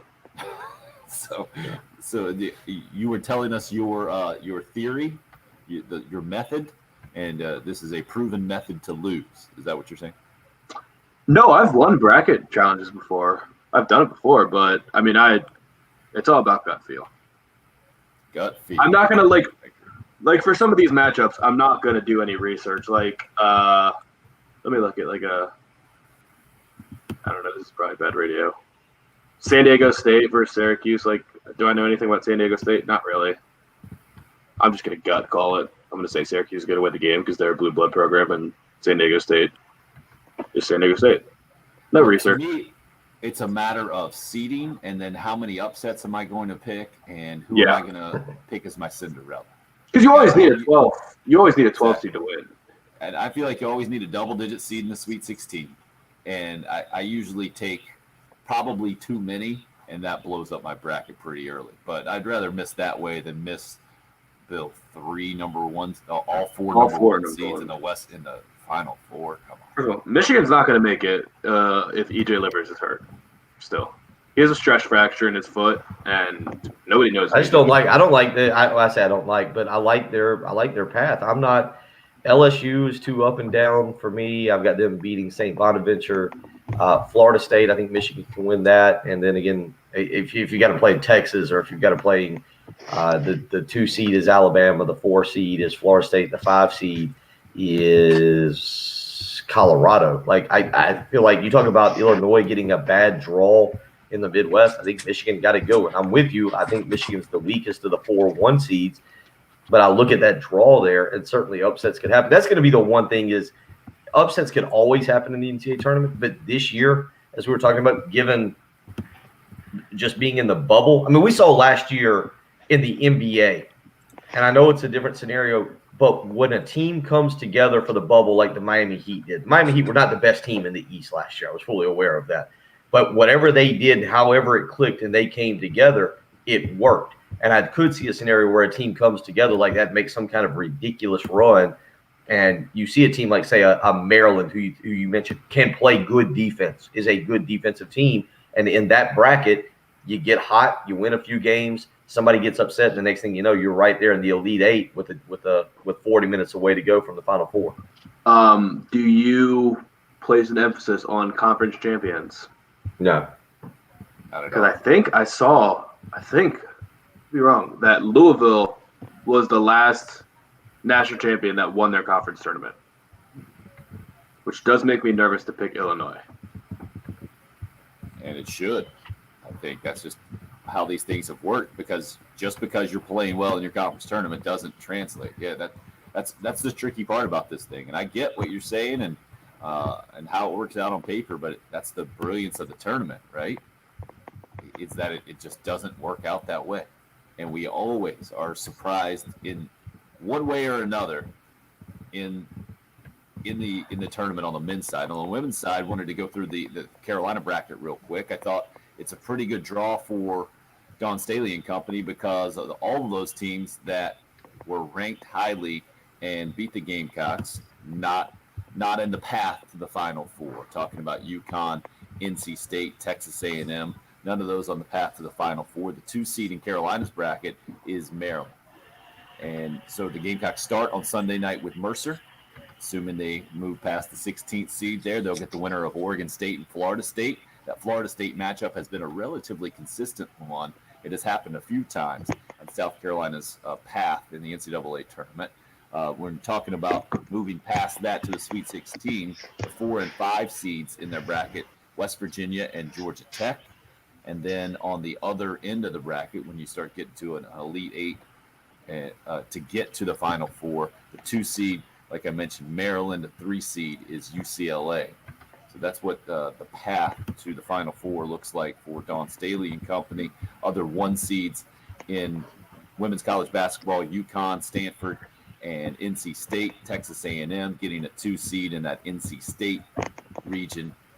The other 2 seeds were Baylor, a 2 seed, maybe a bit of surprise in that NC State regional, and Louisville, the 2 seed in the Stanford regional. And Jen mentioned it in the live video stream, I think off the air, that UConn's Gino Auriemma tested positive for COVID. So will be interesting to see how that works out for the UConn women on their side of things. And this is the first time since 2017, I believe, the Gamecock women have gotten the number 1 seed, and maybe the fifth time, it looks like I'm reading right now, all time, earning that number 1 seed and looking to make a run and make up for not being able to even get the number 1 overall seed when last year's tournament was canceled. And unfortunately for the Gamecocks, their lone senior on the roster will not be able to play this year in the tournament. Lily Grissett, they announced yesterday, out for the NCAA tournament with a lower right leg injury. I mentioned a little bit earlier how that reminded me of Elena Coates being out and unavailable back in that 2017 run. Clearly Carolina kind of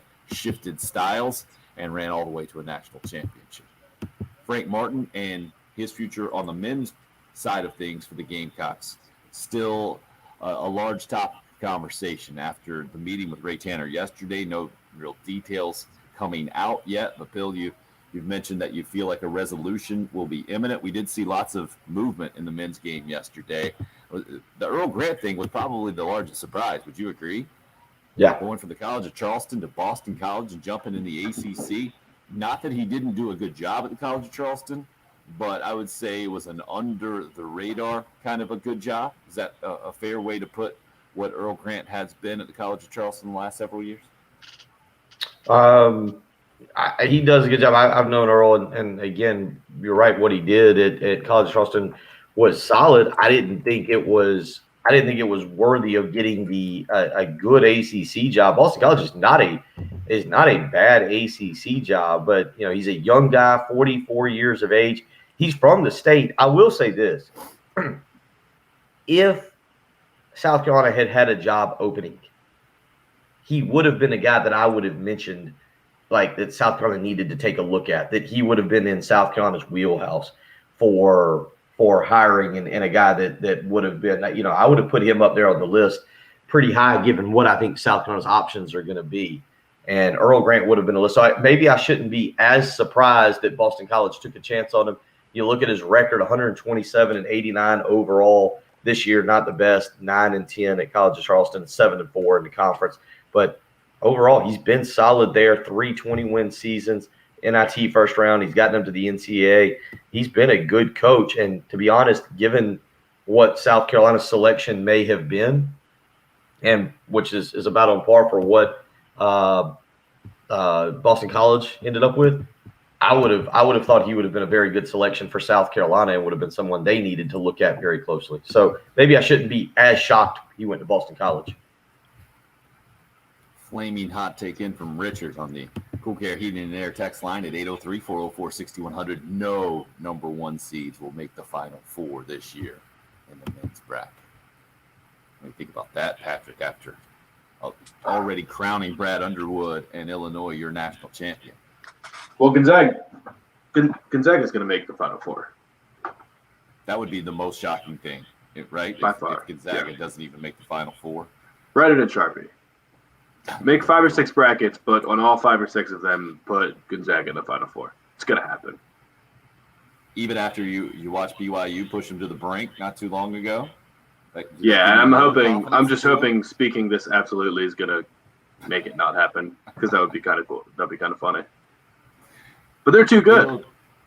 You're just messing with people. 803-404-6100. Patrick came in with his flaming hot takes on all the NFL movement from yesterday. We'll get into more of that discussion now that his football team has Ryan Fitzpatrick as its quarterback going into this year. Hearing him work that out, I feel like we've been in NFL therapy sessions this morning, Bill. Hearing Patrick digest the news that his new quarterback is Ryan Fitzpatrick. Wait till we get into the Patriots. Yeah, there's a lot of movement going down with the Patriots and the NFL. Free agents flying all over the place. In football, we'll discuss as we continue to roll on this morning. Again, 803-404-6100. If you would like to join, it's the early game. It's 107.5 again. Clear.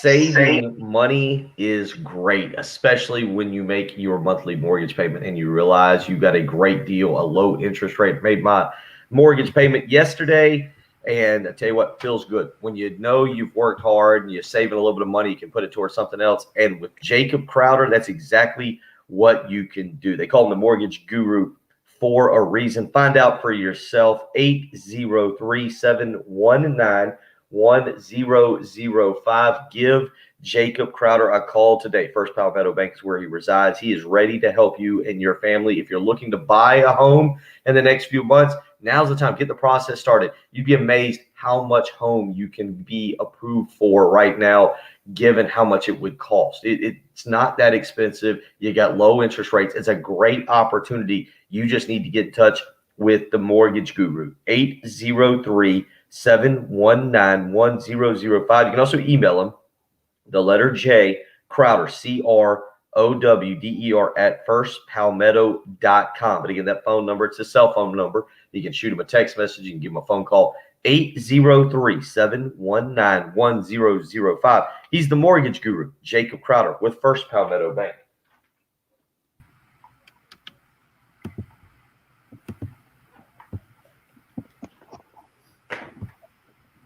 Guy on the text line really just sent us a tweet from a guy with 125 followers.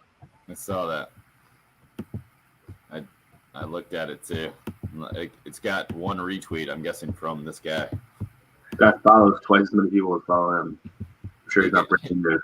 I think his bio said he enjoys bird watching. Well, that is a pastime. Tell you a couple guys that are not going to make a lot of money in this free agency, and that is everybody that went to University of South Carolina. David Clowney is not going to make a lot of money. Alshon Jeffrey is not going to make a lot of money. Melvin Ingram is not going to make a lot of money. Huh. Yeah, they've made their money. Time for other people. Jared Cook. Yeah. It's a lot of them. Mike Davis, free agent. And by not a lot of money, you mean only a few $1 million instead of Yeah, none of them will be in the 30. none of them will be in the double-digit millions.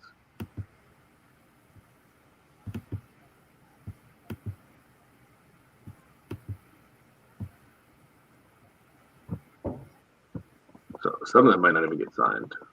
I don't know what people think of Alshon right now. I would have guessed Melvin Ingram would have been on the highest side of that. Why not Ingram? Just there's a lot of pass rushers. Yannick Ngakoue just got $13 million a year, and he's definitely going to make more than Melvin Ingram, who's had injury problems. Got hurt last year. What's his injury? Do you know? I don't know. Oh. It has been brought to my attention. Tim, do you have big plans for the day? Or do we have to make sure we do a PSA for you? Or you? I'm good, thanks.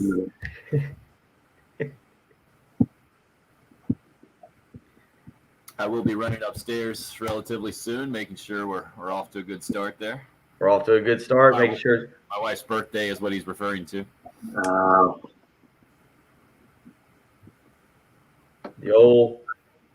The old Facebook update keeps me. That's how I find out birthdays. Welcome to 2021. You get the little email in the morning. You look at it, you go, oh, hey, how about that? You mean so you don't have this stuff like either in your brain or in your phone, like, you know, just you didn't care about birthdays until Facebook made you care about them? No. Okay. My aunt used to make for every, and it actually was a good Christmas present. It was one that I actually thoroughly was thankful for getting. She would give me a calendar every year.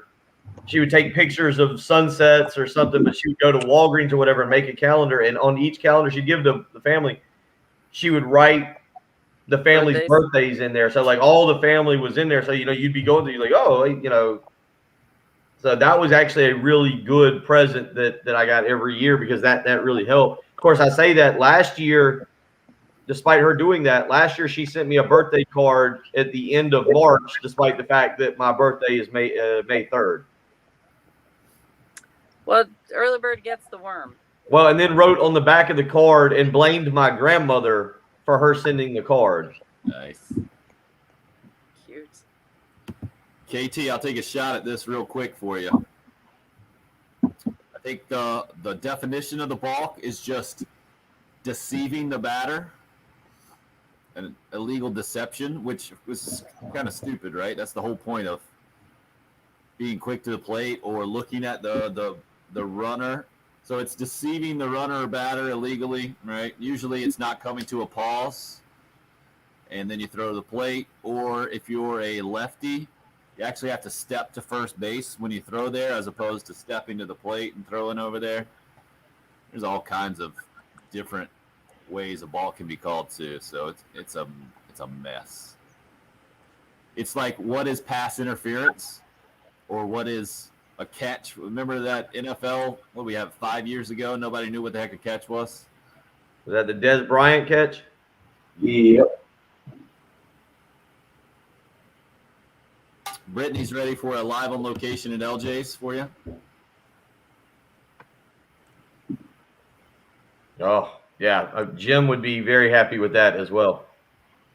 I don't know if we'll be doing a 7:30 a.m. live on location.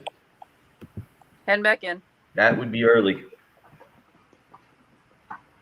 People still passed out in the parking lot.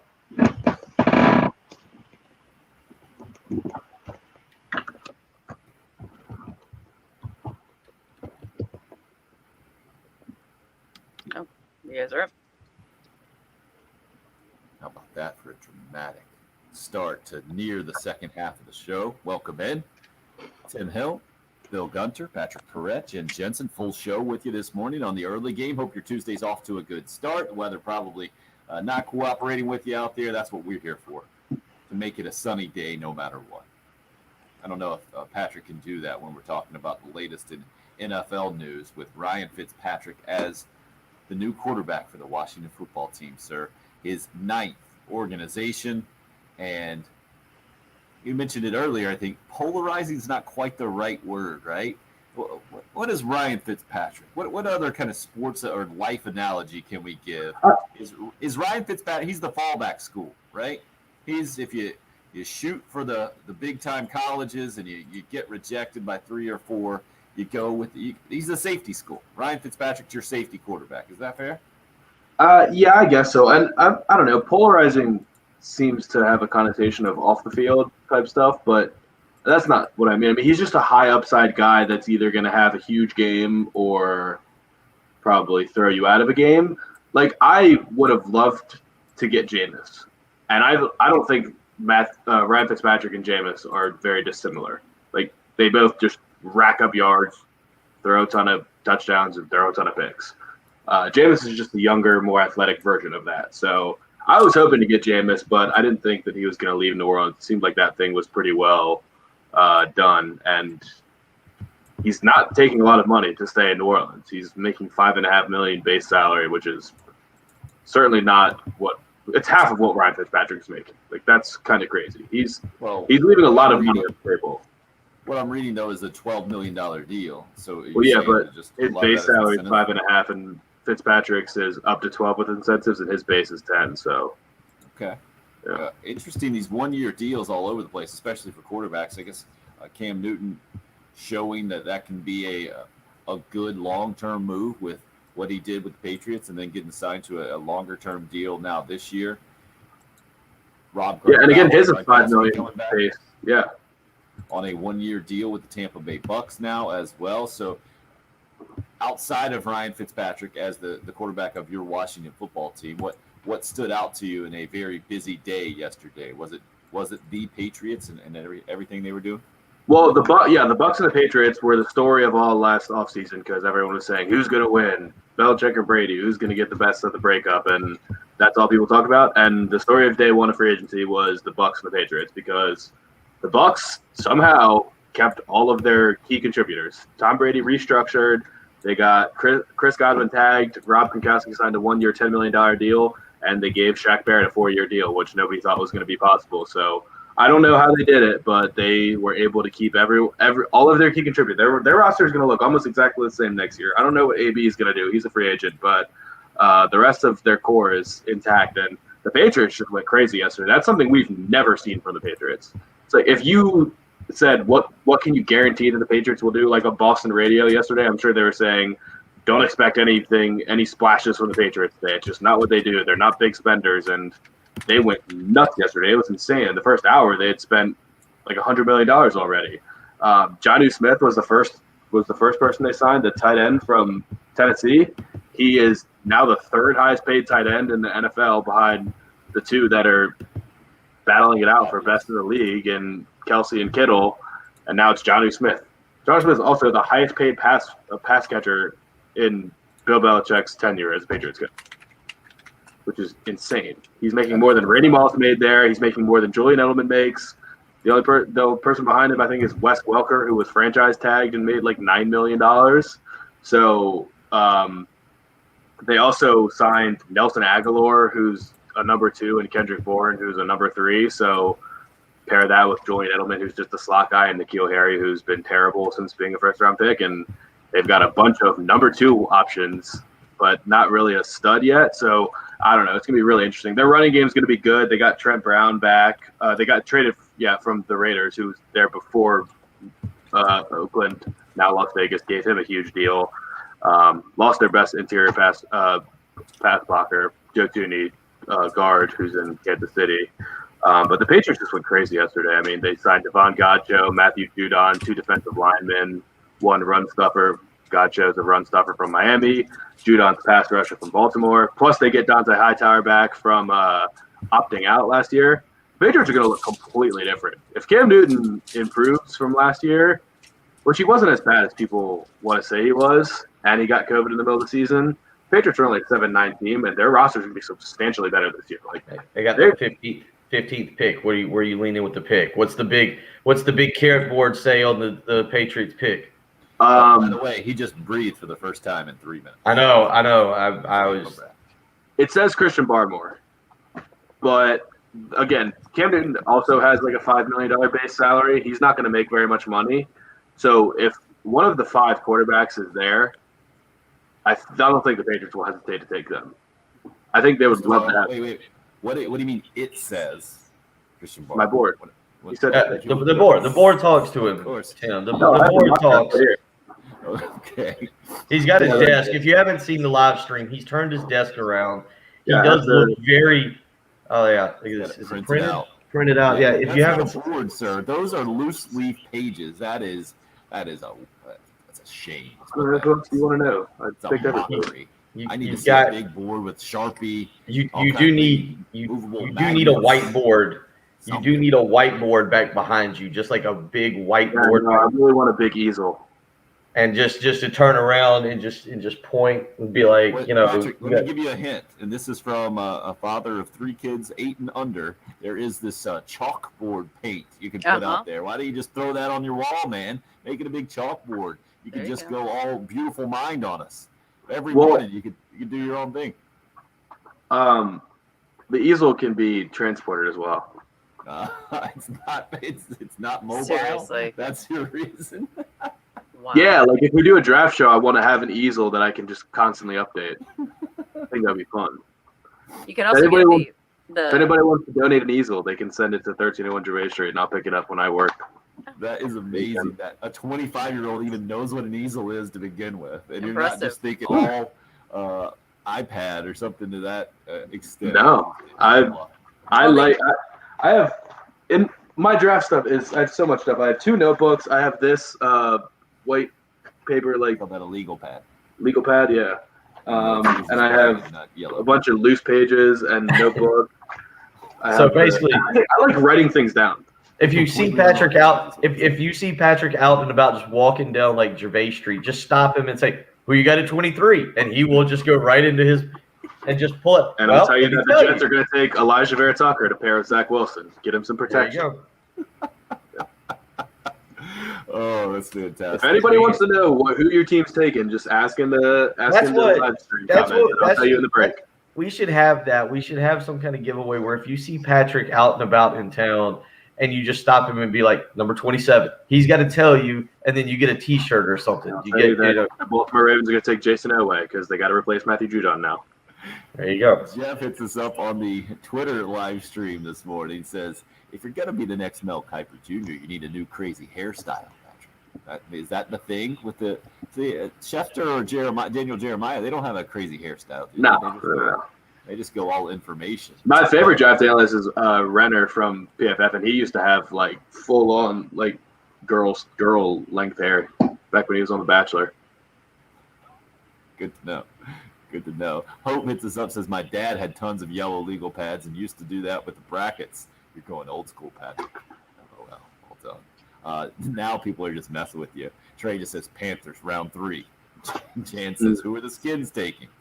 Come on. You All right, Panthers round 3. I would like them to go tight end. They need a tight end. I would say Tommy Tremble from Notre Dame would be a good pick because he can protect. He can pass protect. He's a great blocker, and they haven't had a tight end since Greg Olson was still athletic and not What hurt. about your Washington football team, sir?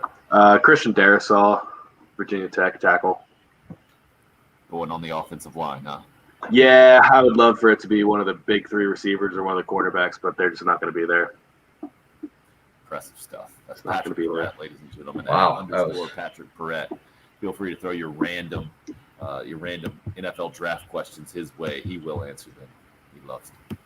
Tim over in Chapin says, let's start a GoFundMe to get Patrick an interactive smart board. If we exceed our goal, then let's use the excess funds to hire John King from CNN to trade Patrick. I would love to have one of those. An What's it interactive called when smart- they can draw on the screen and circle people? I'm thinking that's the smart board. No, I know it's a smart board, but there's like Telestrator. Telestrator. Yeah, Telestrator. On That's what I was TV. looking for. That's what he wants actually Bizarre. on his computer, where he can actually write instead of behind him where he can write. Yeah. He can just write on the, Well, I already on the got a screen in silent front of thing. him. He's ready to roll in his Good grief. glory this morning. So we've got all the NFL stuff, and the Patriots. I'm with you, headlining the Bucks right there, and your Washington football team now going with Ryan Fitzpatrick as quarterback, and it looks like the Saints re-signing Jameis Winston for a year. To me, that's an interesting move. I mean, has there ever been a franchise? I guess we saw it kind of with New England as well. It was a similar type transition, right? From Tom Brady to Cam Newton. I feel like aren't we seeing a very similar type move now from Drew Brees to Jameis Winston? I'm with you, Patrick. Cam Newton was better than I think he might get credit for last year, but it wasn't great, and I'm not sold that he is going to be the answer there to bring the Patriots back to the playoffs this year and the whole thing. But Jameis Winston is more of a gamble for me just because of some of the leadership stuff he's displayed in his past and who Drew Brees has been for that franchise. Man, those shoes are just massive to fill. Okay, so Cam Newton, I agree. I don't think the Patriots are convinced that he's going to be the answer either. That's why they didn't commit very much money to him. It looks like a lot when you say $14 million, but it's really not. I would also in that category throw Alex Smith to Patrick Mahomes. I think is very similar to Drew Brees to Jameis Winston in the sense that Mahomes and Winston are not the same player. Like Mahomes is the best player in football right now, but Alex Smith was afraid to throw down the field, and it was really limiting Andy Reid and what he wanted to do. Andy Reid wanted his quarterback to push the ball down the field. Alex Smith was really good and really efficient, but wasn't giving them the big chunk plays that they needed, and you saw the difference it made when you had a quarterback that was willing to do so. I think Drew Brees the last couple of years has not had the arm to push the ball down the field like he used to. He's been really accurate, and he throws at high completion percentage every single year, but the offense is just limited when he's out there because he can't stretch the field. He can't threaten you deep. Jameis Winston, I think most honest Saints fans would agree that they would have had a better chance of advancing the playoffs if Jameis Winston was a quarterback and not Drew Brees. He came in for one play and threw a touchdown. Yeah, it was a gadget play. It was a trick play. It was wide open, but Drew Brees could not have made the throw that Jameis made in that game. So I think there's no way that you could have benched Drew Brees because he's Drew Brees and you're not going to send him out on the bench. It's just not going to happen. Just like Kansas City, I think Andy Reid in his heart of hearts believed that taking Alex Smith out, who was playing at a borderline MVP level, would have given the Chiefs a better chance to win the Super Bowl that year. I don't know if it's going to work. I think Sean Payton is the perfect guy to pair with Jameis Winston, though, because he's super creative, knows how to knows how to put everybody in the best positions to be successful. The Saints really need a deep threat. That's kind of the bigger concern for me, is that all they have right now is Michael Thomas. So they'll definitely have to figure that out. But having him and Taysom Hill together, I think they can do some really fun, creative stuff with those two. So I'm curious to see how long they're going to be on the field together.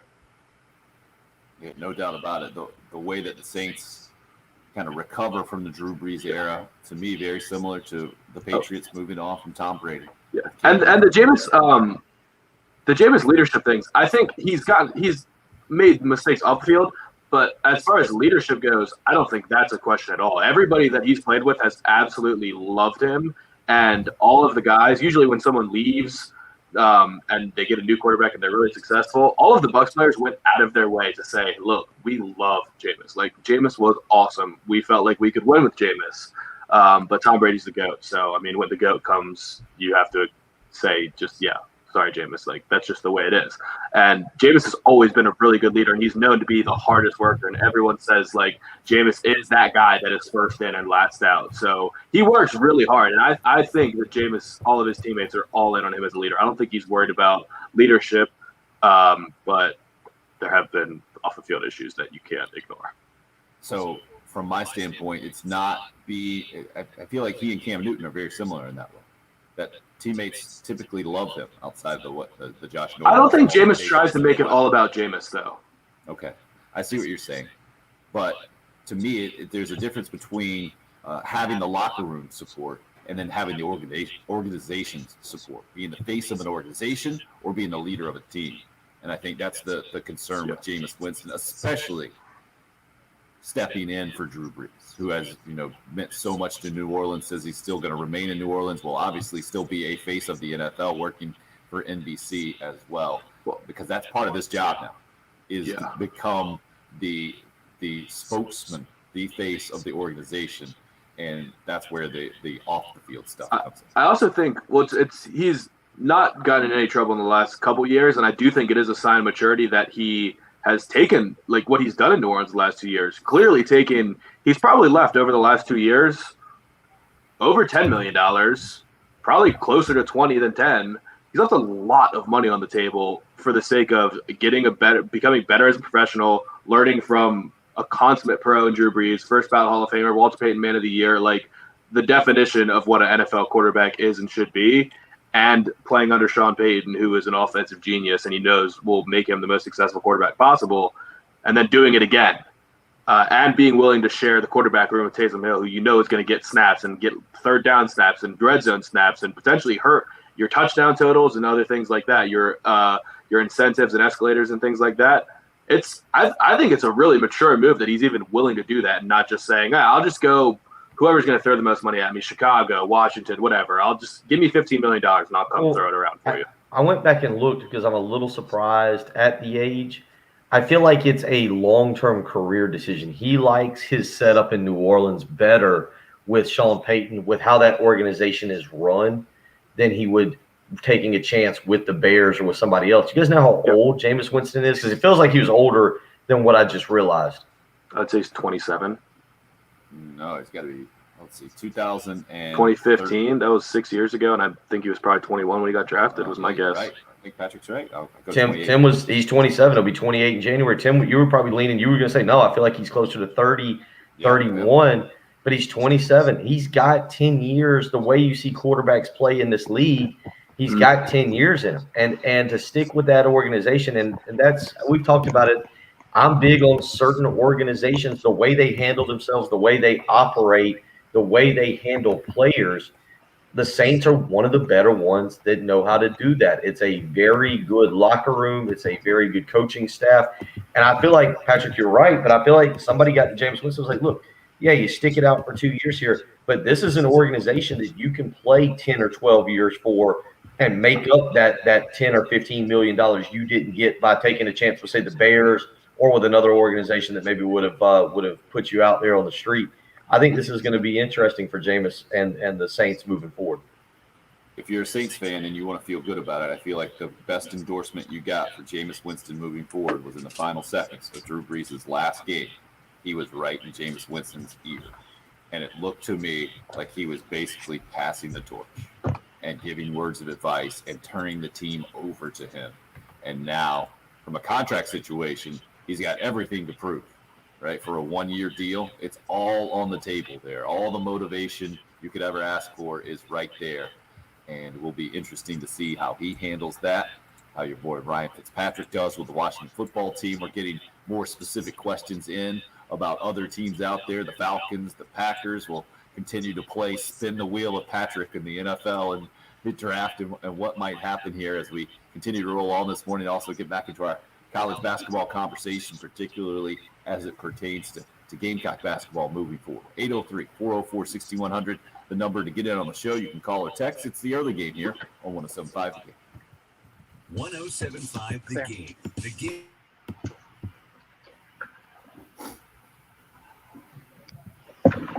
Let's see, what does Bill have?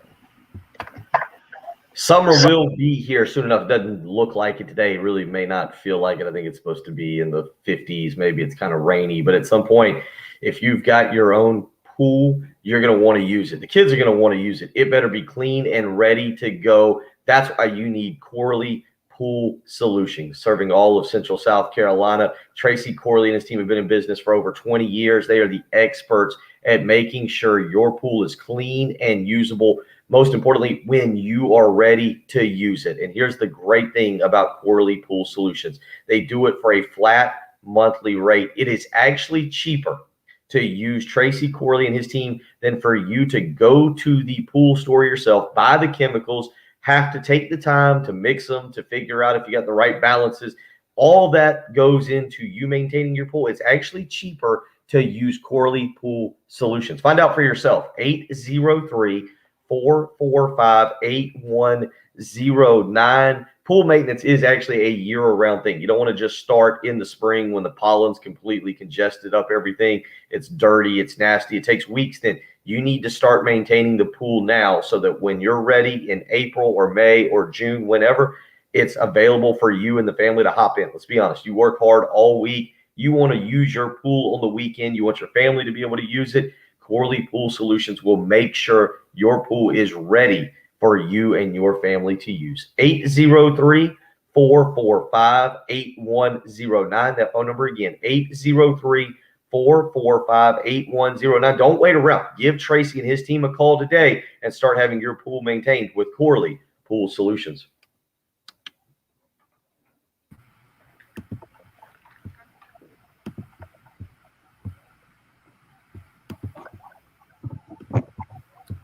I'll let you guys take over for the rest of this segment real quick. Be right back. Oh, boy. All right.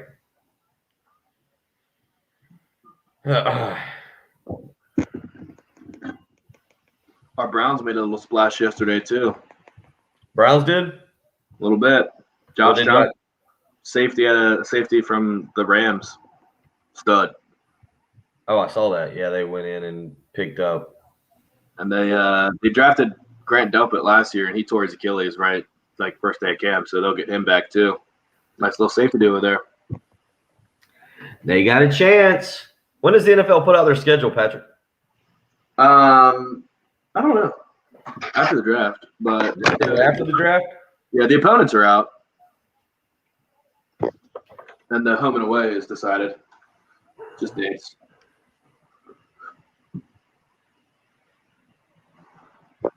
It's chilly this morning. I got my legs wrapped up. I may have to go put on some long pants.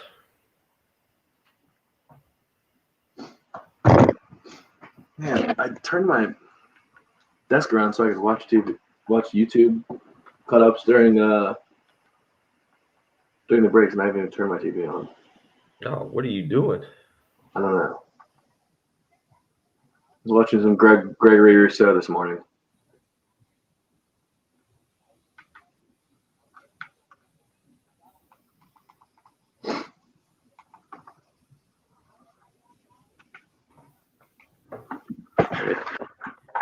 Got to check my notes and see what we need to watch next.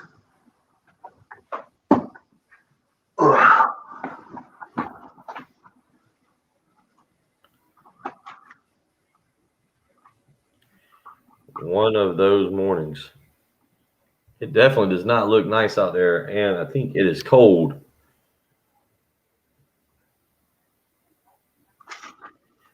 Feels like 38. That is miserable. And it's going to rain all day. Yeah. Yeah, I agree, Kevin. Last weekend seems now my sunburn hurts a little bit more. All right, just making sure we are off to the right start on the birthday. Attaboy. Everybody good upstairs? Pancakes made, No. fruit set out, coffee pot ready to go. Coffee pot's ready to go. I'll give you. I got that going. That's about it. And that's the name. Attaboy. There you go. Watching Marvin Wilson today. That's on the schedule. What? Marvin Wilson, that's who's next. Got to watch him today. Figure out Gotta watch some Marvin Wilson today. Yeah. why he went from a potential first-round pick to sucking last year. Retrick, good morning. KT, yeah. We have not advanced to spring yet, have we? We're close. Craig, you guys see Craig's question? Who's going to be Mr. Irrelevant? Yeah, that's a classic one. What a terrible draft question that is. Who'll be the last guy, man? Who's number 244? I'm gonna guess Sam Ellinger. Really? That bad, huh? I mean, that We low. don't get drafted at all, but once you get to that point, you're just like, good college player. I don't know. I don't know if I've ever heard of a quarterback being Mr. Irrelevant. I don't know if I have either, but I feel like could be someone with some personality. Because I think Mr. Irrelevant goes on a trip and Yeah. do a bunch of media stuff. Greg's impressed with your energy, I think. Yeah, I mean, I'll crash here in a little bit. He's on the end of his day, Craig. He's in a different spot energy-wise than us. As he just guzzles some coffee. Is that what you just did? I've been drinking coffee for a long time. Will you start with the Guinness early in the tomorrow morning? Patty's Day. We might see it till Saturday. Do what now? I had a couple of Highland Gaelic ales for dinner yesterday. Get in the mood. It was nice. That tells me where we are in life, that I didn't even think of a St. Patty's Day, St. Patrick's Day deal this year. I guess they probably didn't even start to get into it, huh? You talking about on Saturday? This past Saturday? Yeah. There was some stuff in downtown Lexington I went to. It was all right. What did St. Arthur's food this Saturday? There was some stuff, but I was back home. I was back home by 6 o'clock, 6:15. Grilled some salmon, and I've gotten into a wine kick. Had some glasses of wine last night. I don't know if I'll be up in time and able to just drive all the way out to Lexington, but I would love to go to O'Hara's on St. Patty's Day. That's where we were at on Saturday. Yeah, It was good. They had the parade. yeah, good. I We're about Would to love- sit back in. also drink Guinness before going to work, but it's not really possible. Oh, Chris, good for you. Hey, Chris, you better enjoy that. It is. I'm looking at. I can't even see the dam, and it's windy, and it looks low 40s. It's miserable. Actually, I gotta get some coffee here after this segment.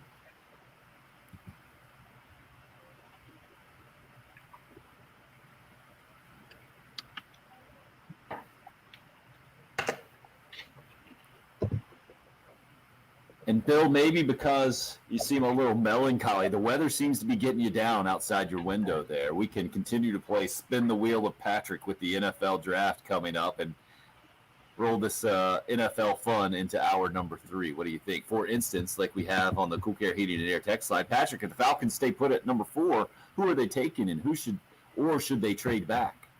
That's going to be a philosophical question, depending on what Arthur Smith wants to do. If he's committed to Matt Ryan and trying to make another run while he's still there, I think it would be awesome if the Falcons drafted Jamar Chase or Kyle Pitts and just said, screw it. Defense is optional. We're going to score 100 points every single game with Calvin Ridley and Julio Jones and Jamar Chase. That would be sweet. And I think they should probably just go for it. Matt Ryan's locked up for a couple more years, but it wouldn't be a bad idea to just go ahead and take a quarterback and groom his successor. He's getting up there in age. See, that puts a smile on your face, right, Bill? Doesn't that make you feel a little sunnier?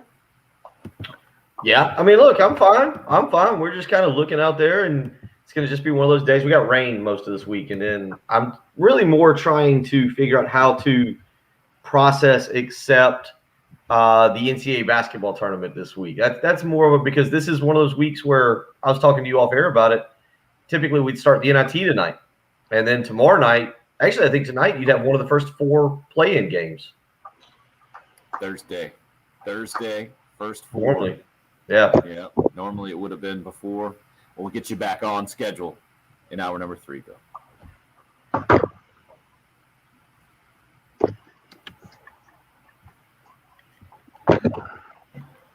Ooh. Clowney to the Ravens. That would be impressive. Putting on some pants or some long pants. It's the short. I don't think Clowney moves the needle much anymore, but either way, if I'm the Ravens, I'm going wide receiver in the first round. They need weapons for Lamar. They've just not given him much. The dream would be Kyle Pitts. That would be the absolute dream for the Ravens. He's exactly what they need, but I don't think that's going to be possible. Another tight end? I mean, they only have Mark Andrews right now. They traded Hayden Hurst. Yeah, they had another guy who was there as well that was Nick producing. Boyle. Who's that? Nick Boyle. That's who they That had. doesn't sound right. I thought there was another dude. But, like, Rough Kyle break. Pitts can play wide receiver, but, like, Lamar just doesn't throw outside the numbers. Everything he does is inside. So they just need guys that can win every one of their matchups inside and be a target for him there. Go to depth chart, shouldn't I? Not roster. Like Cowboys O-line, I think the Cowboys just have to go defense. Their defense was abysmal. Their defensive line is just really bad. I think they need to go either corner or Christian Barmore. That's who I would take. You were right about Boyle. What about Shock? Hit us up on Twitter. Let's see. I need to make it to your attention there, Patrick. What's my Packers number 1 pick? He says. I'll let you reply to that on there.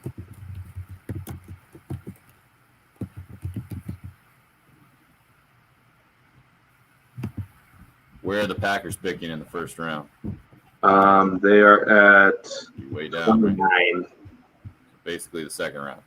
Yeah. Good point, KT. Yeah, Pitts. Yeah, anyway. Versatile. Well, that's the word on the street is that he's not a tight end on every team's board. Some teams just have him as wide receiver. Their boards. Let's screw that up. Let's do that. That. I'm watching Kyle Pitts highlights right now because he's just Conference highlights. Kyle Pitts highlights. Kyle Pitts. He's just so fun to watch. So the question would be the random question we don't know is how much does EJ Jenkins compare to Kyle Pitts? Not at all. Right. What? I know nothing. I know nothing about EJ Jenkins. I base nothing on. He definitely My knows what question is, how much do Gamecock fans want to be inspired by the social media videos and yet understand that they're still scarred from any kind of excitement here in the last few years? That I agree with. 'Cause I those did things watch. They're pretty ridiculous. Do you see the ones yesterday in the weight room? Yeah, Rod Fitton. Yeah. And then I saw they put out the longer one that was like talking about the first day of winter workouts, and then I guess it was max out day. Yeah. I watched that one. I guess they're done for the week or about done for the week, and then they start on Saturday, I think. Jason's got a question for you there, Patrick. Waddle or Devontae Smith at 11? I think Devontae Smith's going to be there because if you just start adding up the picks, you're probably going to have 5 quarterbacks. And then you'll have Penei Sewell for sure, Jamar Chase for sure, Kyle Pitts for sure. And then right before that is Denver and Dallas. Dallas has got to I think Dallas has to go defense. So that's another one. And then as long as Denver's not taking a wide receiver, they took 2 last year. I think one of them will be there. I think it's a slam dunk if Devontae Smith is there at 11. I think Waddle will go first.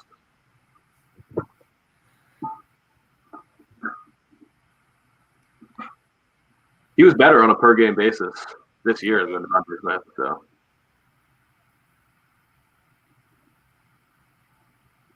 and I think teams love that he tried to play in the national championship when he was clearly at like 20%. Yeah. Waddle. Yeah, there's gonna be no doubt that he loved playing football.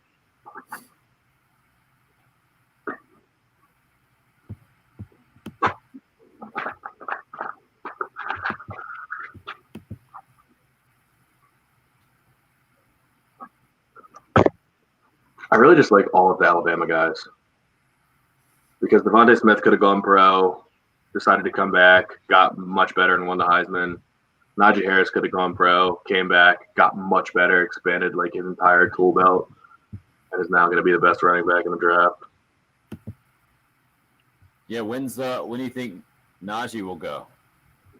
I hope for the team's sake that it's not the first round. I hope nobody takes a running back in the first round, but he probably will. I would not be surprised. I honestly think Pittsburgh's going to take him at 24. I think that'll be a mistake. Where's James Connors going to hit? Where's Connors ending up? He's a free agent. I don't know. He's not going to make much money. Trey's having fun with you this morning, Patrick. Any specialists going to be drafted? Yeah, I think honestly, it seems like I don't know their names, but both the Ohio State people are apparently going to get drafted. Punter, and they're going to draft a punter? I don't know if the punter will get drafted, but he's going to be a priority free agent.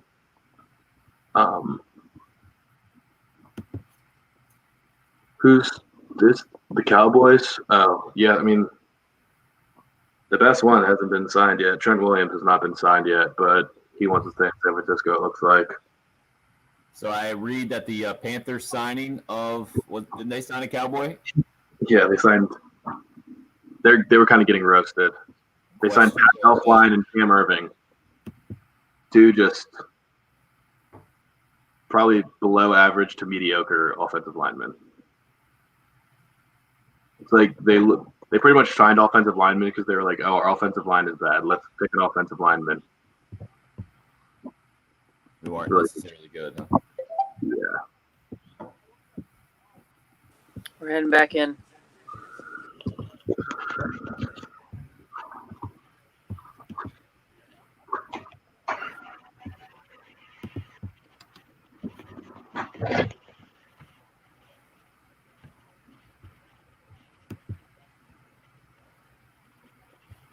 Kicking off hour number 3 with the USC women's basketball team, a number 1 seed yet again. Happened last night, no big surprise there.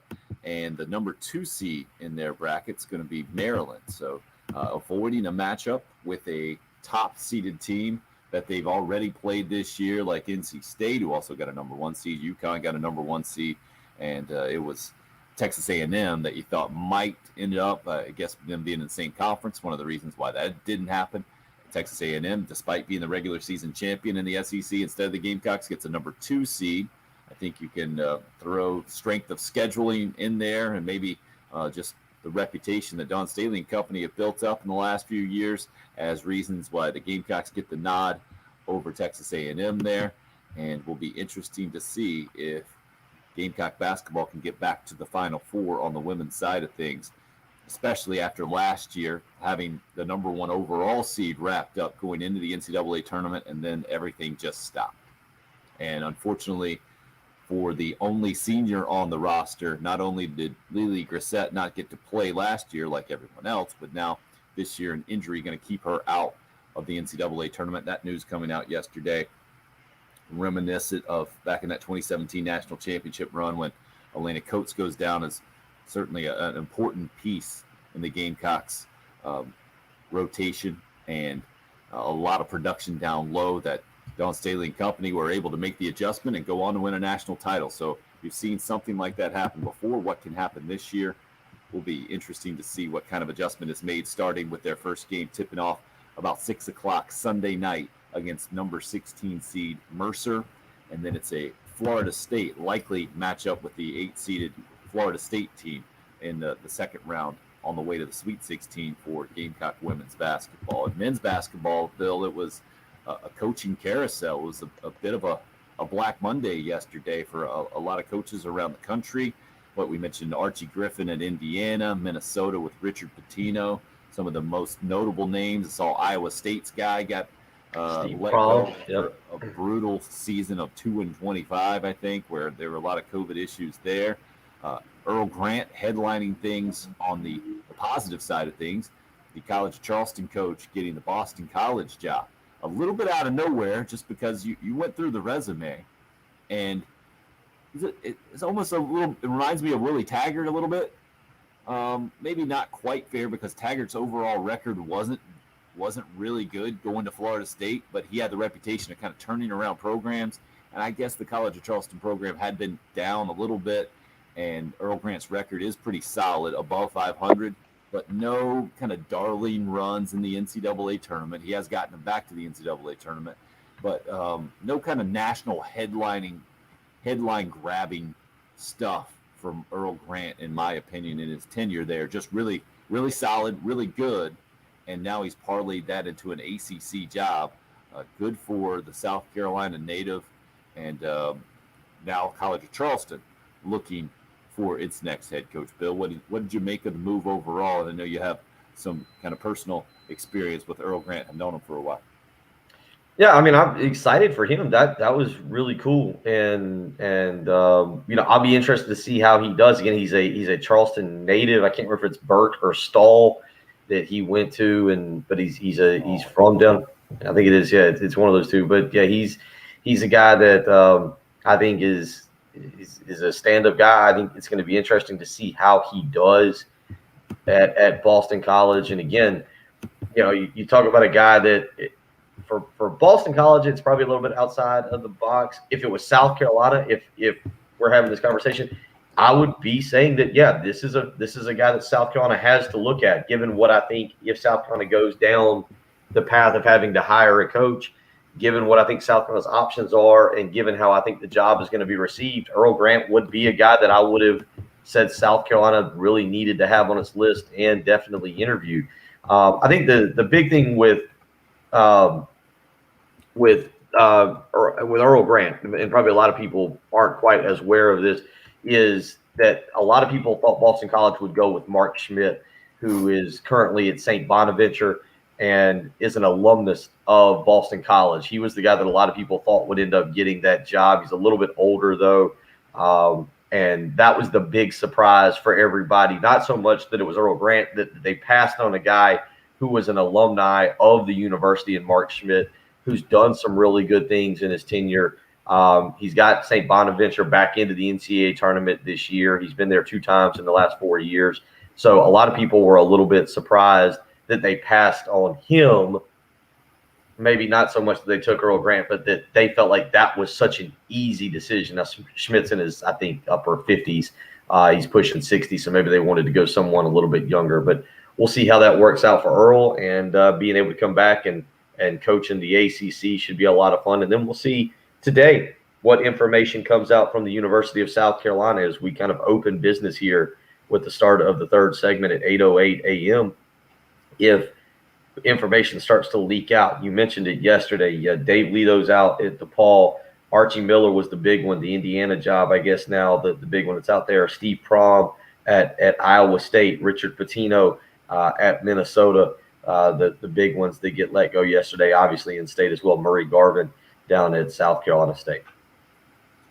So a busy Monday from a college basketball coaching standpoint, and again, no real details coming out on the results of the meetings or the conversation that Ray Tanner and Frank Martin had, but expecting some of that today, and we'll see the trajectory of the Gamecock men's program.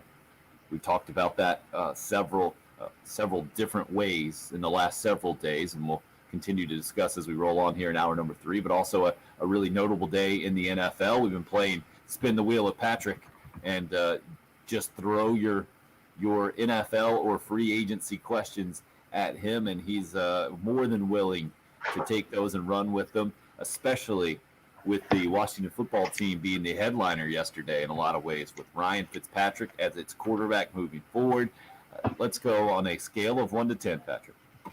How excited does that make you moving forward with your football team? I would guess somewhere in the 5 range. It's I would say 6 because no, I would say 7. 5 would be like Marcus Mariota. Like Marcus Mariota, I think would have been the most boring option possible because he doesn't necessarily do anything special, but he's just kind of solid, and he would have cost $10 million base and $20 million if he ended up starting the whole season. I think I'm a little more excited for Fitzpatrick. So I would say 7 just because it's going to make every game day more exciting than it otherwise would be. I won't go into a game saying, well, our quarterback's probably going to throw for 150 yards and hopefully a touchdown and probably a pick. So maybe our defense can play really well and we can get a couple timely turnovers, control field position, and squeeze out a win if it's 17-10. That's not going to be what my Sundays are. It's going to be, all right, well, we got a chance to score 40 points today, so let's do it. Let's rock. That's going to make it more fun. I can see that because you've seen the Fitz magic happen before. You've seen it go the other way a little bit before as well. But as far as a long-term solution, obviously not the deal. This is kind of just pushes that off another year, right? And it's what a lot of people in the NFL seem to be doing. With the one-year deals, we saw it with Cam Newton and the Patriots last year, and New England going as aggressive in free agency as we've seen in the Bill Belichick era. Is that the best way to put what happened yesterday? Yeah, it was so unfair. I'm trying to figure out how to make sense of it. Like, I don't know if they're going all in to try and win with Cam because that doesn't seem like it's going to be a prudent move. It doesn't seem like it's probably going to pay off. Like I saw speculation that Belichick's, I think, 69 years old now, and they're saying, is this a sign of him just pushing all the chips in and kind of saying, this might be my last run. Let's see what we can do. Or they're certainly, I don't think they're out of the quarterback market still. I think plan A was Jimmy Garoppolo, and I wouldn't even put that out of the realm of possibilities that they'd still try and make that move for Jimmy Garoppolo. It's not like any one move was – I don't think any of those moves really moves the needle too much. I think Judon's a good player, but they paid market value for him, and he's just not – he's just an above average, slightly above average pass rusher. And Jonnu Smith, they paid I mean, I guess it's market value because he's a free agent, but third highest paid tight end for somebody that not many football fans would look at him and say he's the third best tight end in football. So I don't know. It was a head scratching move, but you kind of just say, all right, well, these are Belichick's guys, and he's got the benefit of the doubt. So you got to think that they're going to work out when you factor in all the opt outs from last year that are coming back too. So this is Eric Edholm, who works for Yahoo Sports. He put out this tweet yesterday, and actually he just followed it up this morning. He says New England has 70-plus players on its projected roster now and 9 draft picks. Kind of interesting. The draft picks is what's interesting too. So you wonder, Patrick, you wonder if they might use that for trade bait or somebody, because I'm with you when you say pushing the chips all in here at the end. Like you've got a 2 or 3 year window. You got to deal with the Bills. The Dolphins are still, I'm guessing the Dolphins are still hanging around in the Deshaun Watson sweepstakes that may or may not get cleared up in the next, what are we at, 45 days till the draft? 44, yeah, I think. What, you're supposed to put out a tweet earlier. What do you mean you think? The last tweet, I think, was 46. I think I missed day 45. You think you missed? Never going to be the next. Have we worn you out? Or you've got 45 minutes. Did you just hit your wall? No, I missed. Yesterday was day 45. Today's day 44. I was double checking. I missed. Bounce back. I'm updating. 44 days. Okay, thank you. All right, so I just, you look at that division, and you've got the Bills, who look set. They look like they've got a window here to make a run. You've got the Dolphins, who are maybe a quarterback away, maybe a little bit more, and then you've got the Patriots, who look like they're going all in, and so you got the Jets. The Jets are there too, apparently doing Jetsy things. Well, the Jets are about to have Zach Wilson, so they think that they're going to be turning it around. They do have a lot of draft picks and a lot of money, and they did sign Corey Davis and Carl Lawson yesterday, who are both good players. But you mentioned the 9 draft picks, and the Patriots have drafted really poorly the last couple of years. And I don't know if that's spending all this money is almost a response to that, because tight end has been a huge issue since Gronk's retirement. And they drafted 2 tight ends last year. Both of them stunk. And then the next year, they pay $50 million to a tight end in free agency. So they've committed a lot of resources to that position in the last 12 months. And I wonder if they're just saying, hey, we missed twice. We need to shore up that position. Let's just spend the money on the guaranteed option. And I don't know if they're almost spending all this money to make up for their whiffs in the draft. It's kind of strange because some of the players are just not good players. Like Jalen Mills is bad at football. Like he has never been good at any point. Eagles fans could not wait for him to get out of Philly. They moved him to safety. They moved him back to corner. They moved him to safety again. He was bad at all of them. So I don't really understand that move at all. Well, Phillies fans are pretty much ready for everybody to get out of Philly, Yeah. Santa Claus. We got a bunch of questions rolling in. Chris says, larger picture here. Is the reason why there's more one-year deals because of the cap being lower this year? And then Retrick says, I'm guessing a lot of these agents are asking for one-year deals or multi-year deals with player options for the chance to score big on their next contract after the coming TV deals. Is that accurate?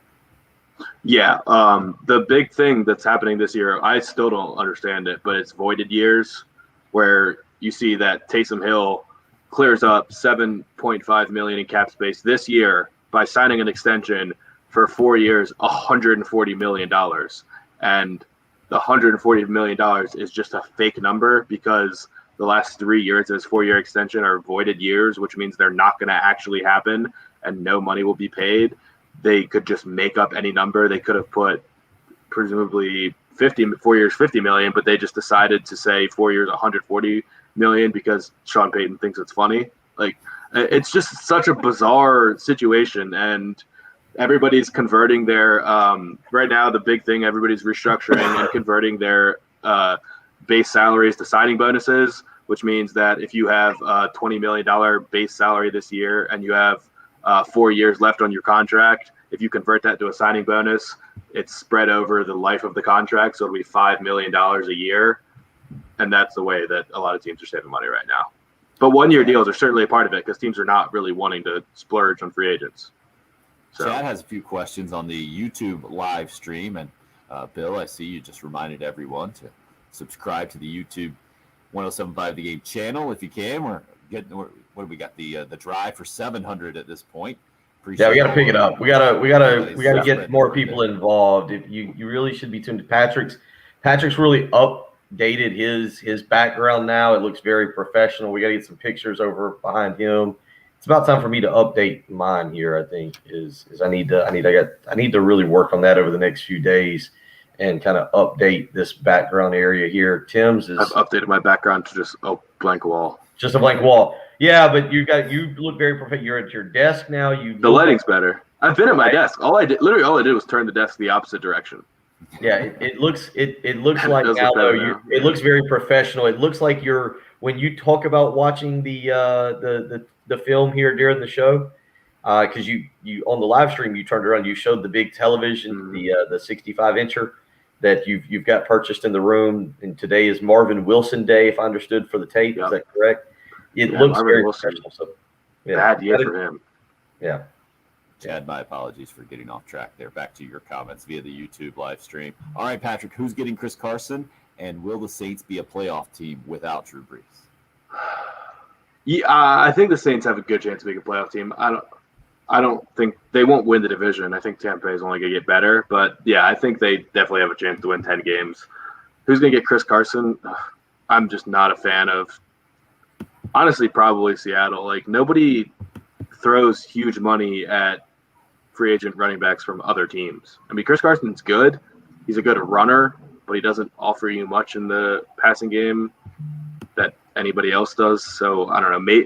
If he goes to another team, I guess Miami would be like the best bet.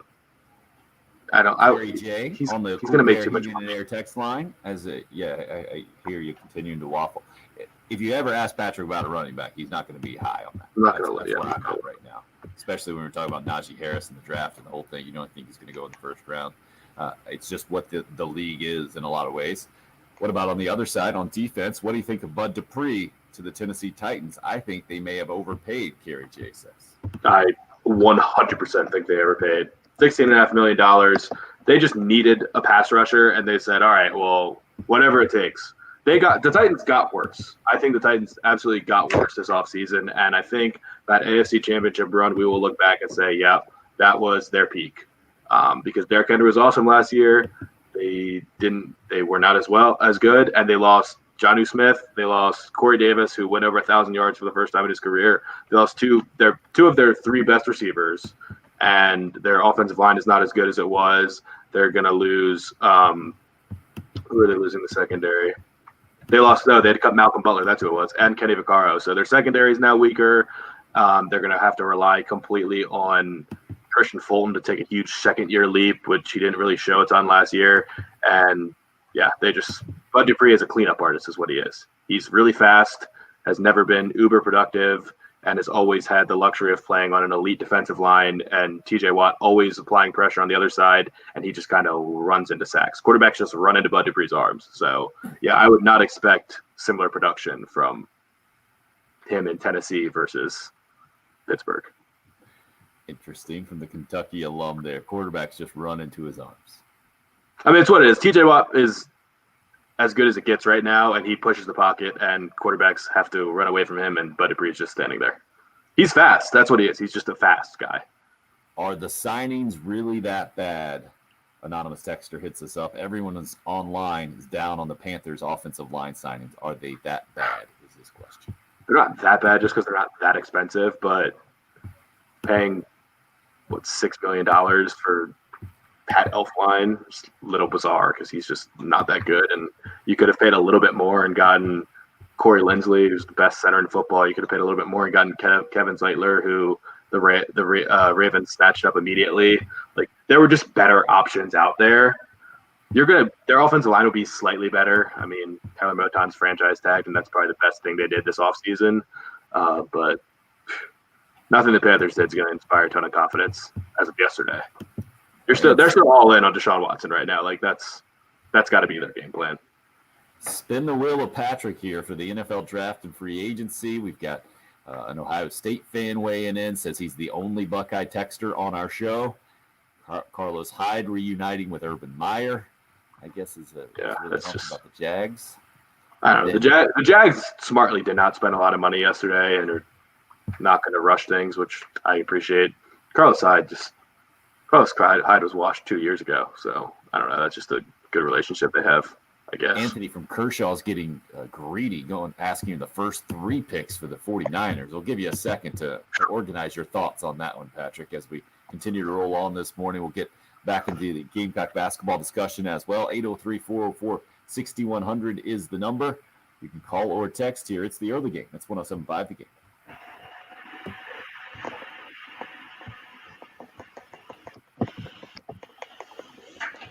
That's good. No lives here. No, I should be done for the day. All right, I'm going to run up. Oh, and please, we have to acknowledge, yes, it is Stone Cold Steve Austin Day, 3/16. Yes, people have been hitting us up.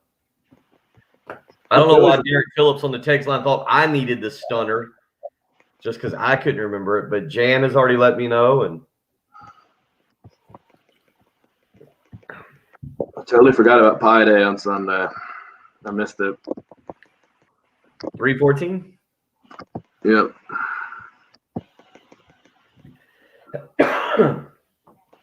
Yeah, we did. We ended up at O'Hara's on Saturday. I went there for a little while. They had a good little crowd. It wasn't bad. We ended up out back. They had a big tent set up and a bunch of stuff, and it was pretty neat. We went there, and there was the amphitheater. They had a band playing, but it was still a little. It wasn't a huge crowd. We went to a little party and hung out and good little time. I've only been to O'Hara's when we got those sweet deals. Oh, did you? But it was awesome. It was delicious. I just such a such a thing for me to drive all the way to Lexington. Yeah, I did go to a bar in Irmo yesterday called Hemingway's. That's where I had dinner. Yeah. All right, that's an all fair conversation. Yeah, You know that's a truly all fair. All right, I'll remind you. That's a really off. But We were just right there because I had to go to Best Buy because I had to buy this. I had to buy this laptop tools kit, so that's all like the little screwdrivers and things like that. Because I have to open up my laptop at some point. yeah, there's some good places in Irma. It'll be interesting. I don't know. This weekend, I think it's supposed to be a little chilly, but it's supposed to be nice this weekend. We're gonna get this rain. Hopefully, this rain will come through and kind of wash all this pollen out and get some stuff kind of cleaned up. Let's see. Saturday's 56. Woo. But it's sunny. And then next week it's all 70s. All 70, but a lot of rain next week. And then we go into Easter weekend. Yep, hope that O'Hara's is good. I don't eat there a lot. It's just kind of weird, but I like what they're doing with downtown Lexington. Patrick, how do you come into Lexington when you come? You go down number 1 or 378? 378. Yeah, that's kind of that's a little bit longer, but they got that little beer. I don't forget if it was not a beer, maybe a beer garden that they're opening. They were working on, and they've got 2 up the hill at private property, which is I go there a lot in Aladias. Yeah. They got a little. If you like beer, they got a little place called Keg Cowboy. That's kind of a place. Creekside is good. I go there. I go to Creekside a good bit for breakfast. They got a good little breakfast, and it's very reasonably priced. Very reasonably priced. That's the name I was looking for. That's the last time I've been to Lexington was to go to the Creekside restaurant. Yeah, there's a brewery right next to it too. Yeah, around back. I haven't been to that brewery around back. And there's Old Mill Brew Pub, which is they've got decent food. Yeah, Creekside's a good little breakfast place. Like I said, very reasonably priced. Girls are super nice in there. I usually see a couple people I know in there, and I agree, Bill. Patrick, don't go 378, man. I'd go Highway 1. Hazelwood, that's right. That is what it is. That little chop house, Griffin's Chop House, isn't bad. I don't like the setup in there. We went and sat at the bar a couple weeks ago. I don't like the environment, but it had some good little food.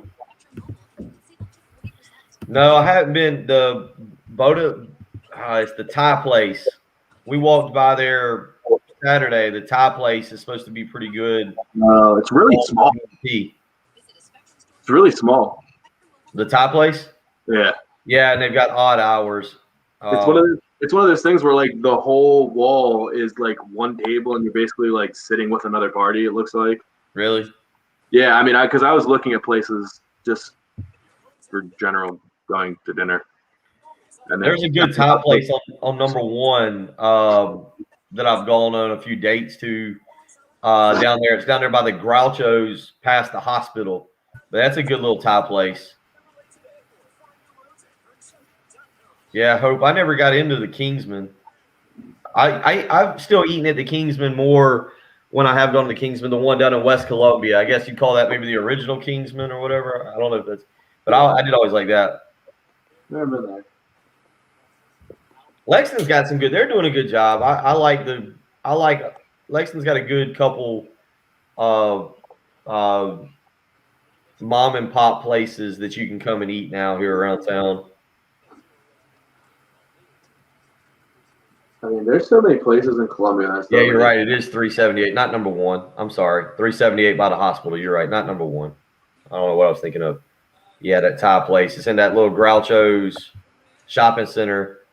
It's across the street from the Chinese buffet place I used to go to all the time 10 or 12 years ago.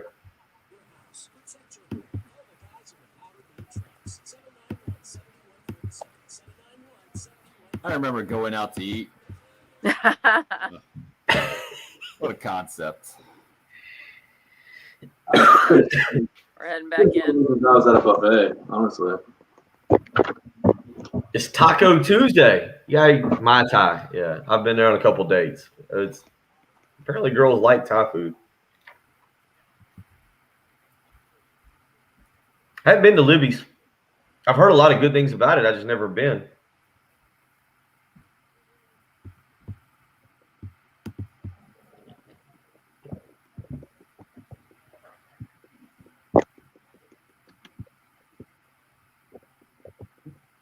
How about playing a little golf at Williams-Brice Stadium? You can do just that as Top Golf Live takes over Columbia, bringing the Top Golf experience to iconic stadiums around the country. Williams-Brice, April 8th through April 11th. We've got a pair of tickets for you. Register on our website. Get a pair of tickets to tee off at 6 p.m. on Saturday, April 10th at Williams-Brice there. And should be an interesting sight to behold, the Top Golf Live experience there. Bill, you said you've already signed up and looking forward to teeing it up at Williams-Brice, huh? Yeah, we've got the buddy of mine bought some tickets way back when they went on sale, and so we'll make a Saturday of it. That will be Masters Saturday. That is going to be Masters weekend. That'll be taking place at Williams-Brice Stadium. So that'll be a good little way to get out and watch a little bit of Masters in the morning. Maybe go down there and hit some shots, and then we'll see. That's what, 4 weeks away, Tim? Is that right? Easter is 3 weeks, so 4 weeks away. So weather, we were kind of off air. We were really going through this past weekend and the weather and some of the things that was taking place around Lexington where I was at, and then started talking restaurants. But you know, the weather continues to change a little bit, and that'd be a good weekend. Maybe get out and invade downtown Columbia, hit some shots over at Williams-Brice Stadium, and then end up somewhere to watch kind of the late round of the Masters on Saturday afternoon. My question for you, Bill, I know we've been talking a lot of NFL and football, and we'll get back into it, but is there a way that Gamecock basketball moves forward today that is going to satisfy most Gamecock fans? Or are we at a place with Frank Martin and the Gamecock basketball program after a frustrating year that saw a 6-15 overall record? Are we just at a place where there is going to be some dissatisfaction no matter what happens moving forward? Yeah, I think there's going to be people that are, if Frank Martin is let go, that there's going to be people that are disappointed. Frank's done a lot for the basketball program here, trying to grow it, trying to get it more of a nationally recognized program. There's a lot of people, Tim, you and I, that'll speak to it, that, you know, the national championship in baseball was incredible at the beginning of the decade. The national championship was awesome. But I had seen South Carolina have success in baseball, not national championship level, but I had seen them play for a national championship. I had, South Carolina baseball, South Carolina fans had seen that. The Final Four run is unlike anything I've seen in my lifetime for South Carolina sports. And there's nothing. I was in the swamp when South Carolina beat Florida to win the SEC East that night, and driving back from Gainesville the next day and just thinking, wow, that South Carolina's finally done it. Watching South Carolina beat UCLA to win a national championship, the first major national championship in one of the big three sports in my lifetime. That was really cool. And the phone calls they got to have with family members or friends after that. But that Final Four run is something that, it's maybe the greatest sports achievement I've ever seen at South Carolina because of what preceded it and now what you're seeing come after it. And there's going to be a lot of people that today, if something happened, if South Carolina does agree to part ways with Frank Martin, or if that's the direction that this is heading, that are going to be disappointed and be upset. And I understand that. With that being said, I think a new voice will probably rally some people. It's just going to take a few weeks to get that voice in place for everything to be okay. And then you're going to have the uncertain future. That's what we have with Shane Beamer right now. There's a lot of great things happening. You and I were talking off air earlier. about the social media videos that are being put up by Justin King and his staff, the ones working out yesterday. And, there's a lot of energy and a lot of excitement, but there's a lot of uncertainty. We don't know what this football program is about to look like under Shane Beamer. He'll meet with the media on Thursday at 1:00. He'll preview the spring, talk about, I'm sure, the strides made in the weight room and maybe chemistry and locker room. But we don't know what this program is going to look like under Shane Beamer, and if it'll be a success or it'll be a dud or what it'll be. And that's kind of where we're at with basketball as well, whether it's Frank Martin or a new voice. It seems like we've gone from a veteran roster with a lot of experience to what's going to be a complete unknown for South Carolina basketball, regardless of who's leading the charge. Jonathan just hits us up, says the Final Four was awesome. Frank is the second leading coach in all-time wins for Gamecock basketball. Have some fans looked at the basketball records? The expectation, and then that's why we did the poll question yesterday about what's a fair expectation for Gamecock basketball leading up to 2030. And 3+ NCAA tournament bids was the winning vote. And then 2 NCAA tournaments was in second. And that was about 75% of the vote. And compare that to actual historical production, and it's almost laughable knowing that it's just happened 2 times this century, back in 2004 and that run in 2017. But when you're talking about the investment that's been made in the basketball program, and Frank Martin making more than $3 million, making more than the football coach here, I understand how it got there, and I understand where Jonathan's coming from as well. I thought your analogy earlier in the show, Bill, was a really good one. Frank Martin is to Carolina basketball right now what Mike Bobo was to Gamecock football. That Mike Bobo can coach. We know that. And we saw that in certain ways, especially with the production in the run game this year for Gamecock football. But we also saw some games where the offense just wasn't going to work. Frank Martin can coach basketball. But this year, for whatever reason, I shouldn't say for whatever reasons, for a multitude of reasons, it didn't work. The head-scratching part, where I'm not coming to the same conclusion as Jonathan is how this thing ended, especially with obvious issues between the players and Frank Martin, with Jermaine Couisnard and Keyshawn Bryant, for instance. The conversation from Frank was, man, Keyshawn Bryant's voice has gotten much louder. The leadership has started to develop. He's evolving as a player.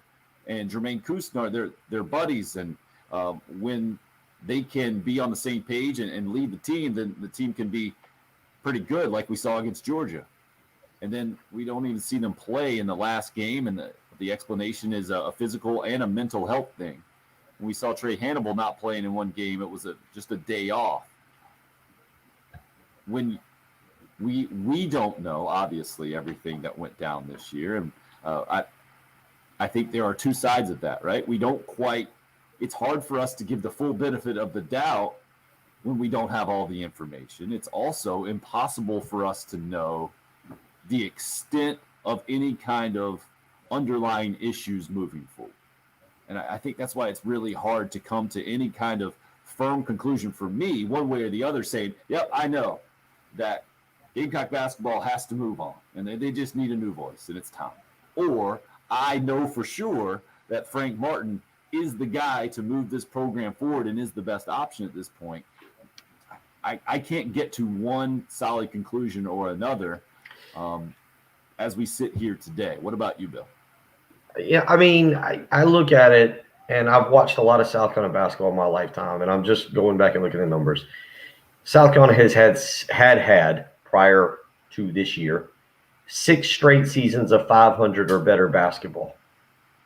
I don't know when the last time that happened. I think it was the 70s. Now, the outlier in that is, maybe a little bit before. I think it was yeah. the Frank I mean, era for sure. You can make factually. Now, I'm not saying that you need to accept this and say, well, this is the best that it's ever going to be, and you better sit down and enjoy it. I'm not trying to tell fans that. But what I am saying is that the body of work over 6 of the last 7 years shows that the program is more stable than it's ever been. I get that the postseasons aren't there, and they need to be there. And last year they would have gone to the NIT. It would have been another one. It's not what anybody wants. I can't say, well, hey, last year NIT need to feel better. No, you can't say that either. But I feel like with Frank Martin leading the program, what you end up getting is about what we've seen. 17, 18, 19 victories, 13, 14, 15 losses, right there on the cusp. I think you have to look at it and say, hey, what happened this year is the outlier. But you also can say, as great as an achievement it was, and this is that guy who texted in weeks ago, was like, at what point is the South Carolina Final Four run an anomaly? No, it's always an anomaly. They've never done it before. It's still an anomaly. It's still a great achievement. It's still something that you talk about and promote and remember. It's still an anomaly. The Final Four run is the anomaly. This is the anomaly. Somewhere in between is where the actual results are. And again, is that good enough, or is South Carolina going to take a risk and go hire what is going to be an unproven guy? I'm going to go ahead and say that. This coaching search, one coach I know that I text with on Sunday said, if South Carolina has enjoyed watching the Tennessee football coaching searches, wait until they get to see their basketball coaching search up close and personal. It's going to be a lot of fun. Right. Shouldn't you always be trying to break that cycle? And shouldn't you be trying to figure out what is the formula for a school like South Carolina to get out of the doldrums of mediocrity? That's what they've been forever. Yeah. And what does it take? Does it take? Because here's what you had. You had a transcendent player in Sandarius Thornwell, who was a great leader, a great competitor, a great player, paired with McDonald's All-American and just a couple other pieces that were able to fit perfectly, and a coach that was able to pull all the right strings at the right time. And what have you done from there? Nothing. And now it's 4 years later. You haven't been back to the tournament since, and you've basically squandered that entire opportunity to build the program from there. So what does it take for a program like South Carolina to get to the point where they are consistently a tournament team? Is it one transcendent player or team, and then you keep it moving from there and keep building momentum from there? I don't know, but it seems like you had all of the right pieces at that time, and you haven't grown at all. I agree with you, and I think that's the hard part. My personal opinion is if South Carolina wants to go a different direction, that's fine. I feel like it is completely starting the basketball program over. You're going to go straight back to square one. And maybe that works. Maybe you land that coach, that young coach that stays here 20, 25 years. And, my kids, Austin, my son grows up knowing nothing but basketball success. Maybe that happens. That's kind of like the pro sports mentality now, though. All right, you're either contending or you're tanking. So it's all right, well, is that how you want to run your college program now too? Let's see. This isn't working. We're mediocre right now. It's going okay. Do we want to just blow it up and say this next coach could completely blow up in our face and not work at all? But he could also take us to the level that we've always wanted to be at.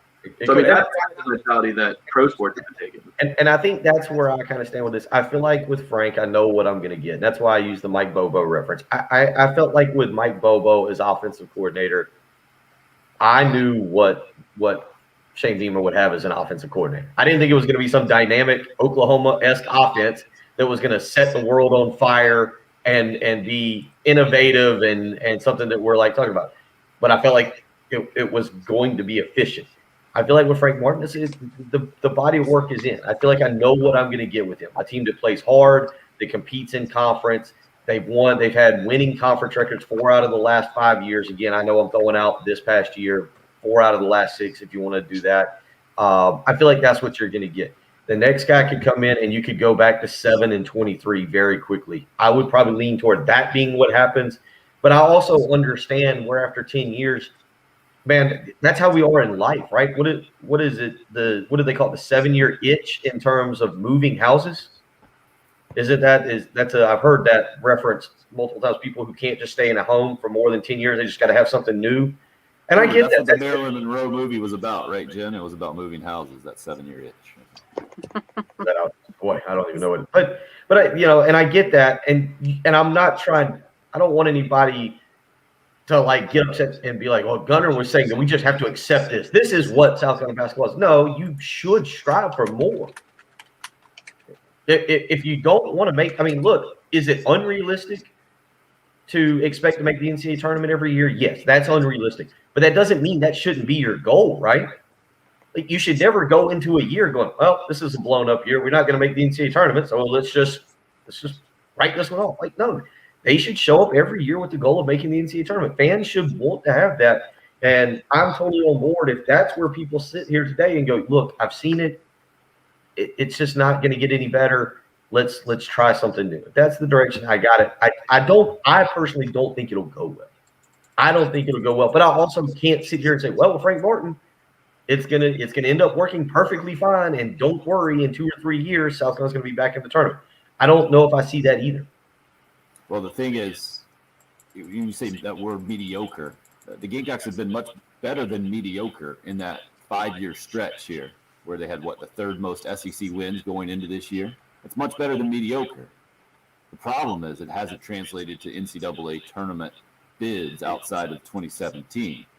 And Bill, I think you understand, anybody that's been around Gamecock basketball for decades, how it can be much less than mediocre and how it has been with other coaches. So how much credit do you give Frank Martin for that?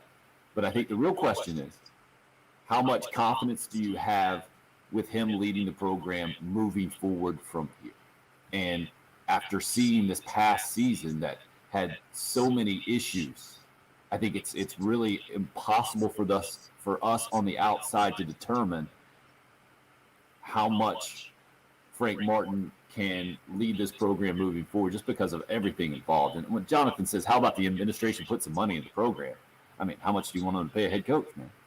Look at other head coaches across the country and what they make. And you got to understand, South Carolina has put money in the basketball program. They pay a lot more than a lot of programs that are a lot more successful than them.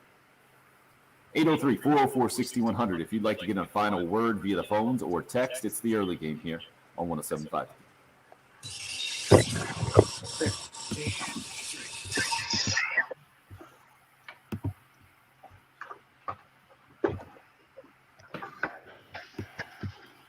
New rule at our house, we've gotten to the point that the 8 and 6-year-old used to be just after dinner. You got to help us clean up. You got to sweep under the table, wipe off the table. Now we're doing it every meal.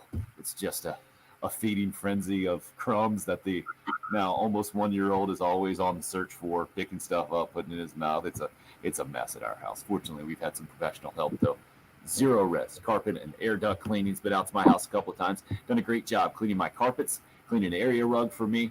Also freshened up the tiles in the kitchen and the bathroom. And it's especially important that we have clean floors at our house. Also, it's especially important how Zero Res goes about doing that at our house. They have a patented powered water system, no harsh chemicals involved in their process.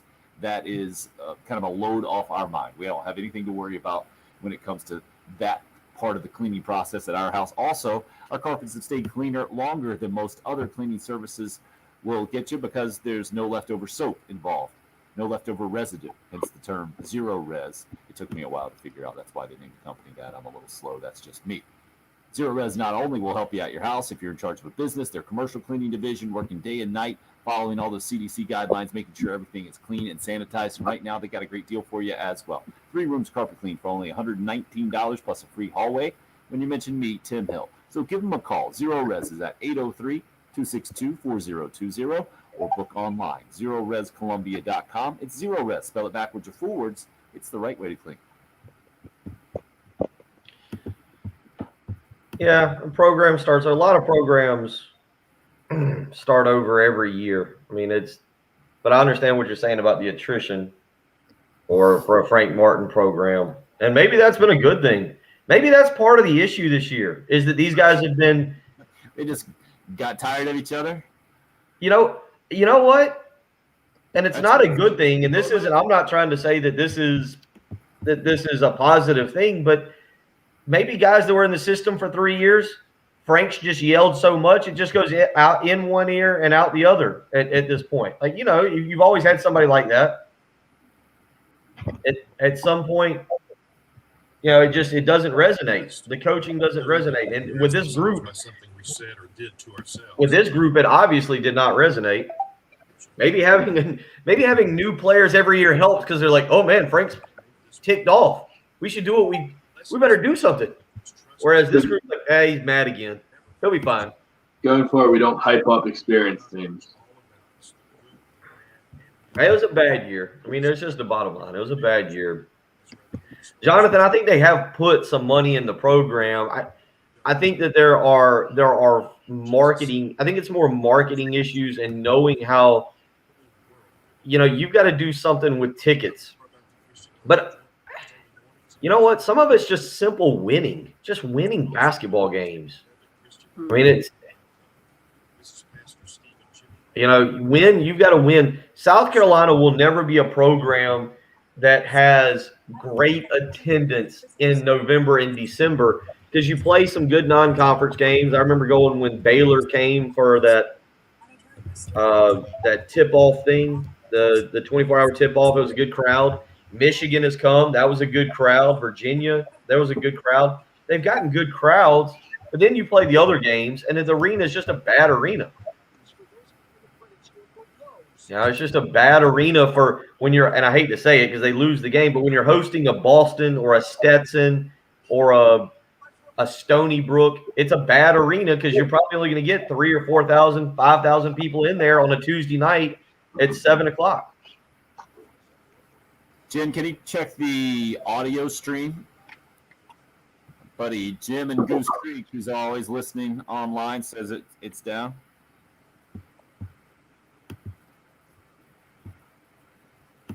Yeah, Bill, you're right. It's not necessarily the support or the amount of fans. It's just the optics of it. That's just how the arena is, man. I mean, it's a little bit of – there are a lot of open seats. It's a big arena, but it's also because of how they do the ticketing and the whole thing, right? They should go straight up Southwest Airlines style. First come, first serve, man. Get in there. Fill the seats. Yeah. In all honesty, for Stony Brook, for those games, general admission. Almost flat general admission. Jen, what does hit it mean? Oh, sorry. Just mean I hit it to reset it, or hopefully. Gotcha. I didn't Thank actually you. hit it.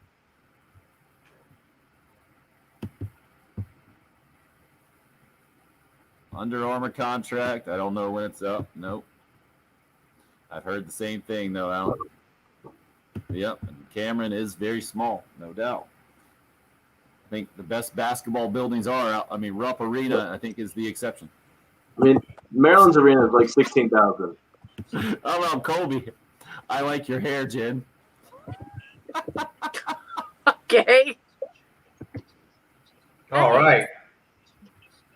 It's a good day. It's not been a good morning, so thank you for that. Fantastic. And if you're being sarcastic, oh well. No, you went with exclamation point. That's the sign that it's true. That it's legit. What are you confused about over there, Patrick? I got one more for you. What's the 18,000? Yeah, it's exactly the same size as the Xfinity Center in College Park. You're talking about South Carolina? Basketball school. Yeah, but let's just say, just because Cameron's 9,000 doesn't mean that all college basketball arenas are small. No, but if you take 6,000 seats out, yeah, I agree. It'll look better. It's 12,000. It's just, hey, look, they do a good job. I've been there on Saturdays. If you fix the student section and make it enjoyable to go to a game as a student, that would help too. Well, and I'm being serious. What makes it enjoyable? Like when you say that, like winning. Well, winning, yeah, it's kind of a chicken or the egg thing, but like where you are, being right behind the basket, where you can affect the free throws and closer to the court, feeling like you're on top of the other team, like just the layout's not conducive to that. So when we come back, we'll be going into the end hour bed. Yeah, sounds good. And Bill, Feel do free we to need take to out that cut one and spot? rejoin you as well. What, So Jim? rejoin. Do we have a sleep number we need to record as soon as it shows up? I think we can do it tomorrow. I'll make a note. Patrick, I got one. The number 5 pick you'll be asked, just so you know. Yeah, easy. Yeah, Jim, we don't have to have it in until basically Thursday. So Okay, perfect.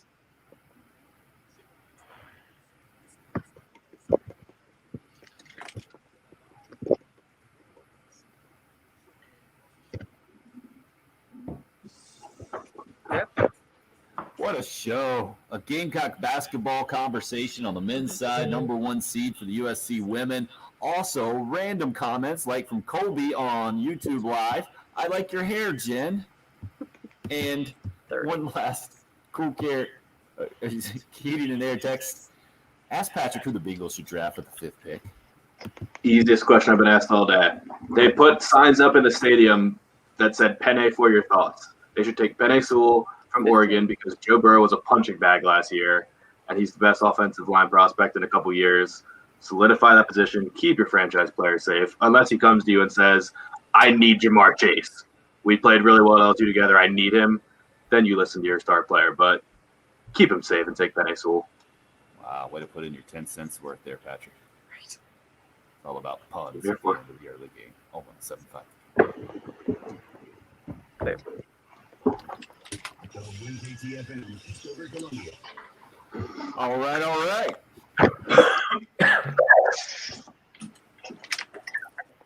Beautiful. lovely. Oh, so much sports talk today. There wasn't a lot of sports talk in the sports talk show. Yeah, it was. There's a lot of NFL talk. It was a very national-esque. We covered all the a lot of the draft. That was your kind of show. Oh, yeah. A lot of information. You look spent, Patrick. Go to bed. A lot of brain power used this morning. Yeah. Well, you had some built up. You had the day off yesterday, right? Yeah, it's true. Jen, you good back there? I think we'll call it on the live stream. Subscribe, everybody. Yeah. Thank you guys for checking us out. Let's see the last comments. KT, again, solid performance. First guy in, one of the last out. We're at 6:42. Hope Okay. says spread the word on the YouTube live stream, people, on the subscribing to the channel. And that's all we have on the begging today, right? Yeah, we got. So We need to do a little bit more begging, I guess. good See thing you I'm wearing guys my begging tomorrow. pants.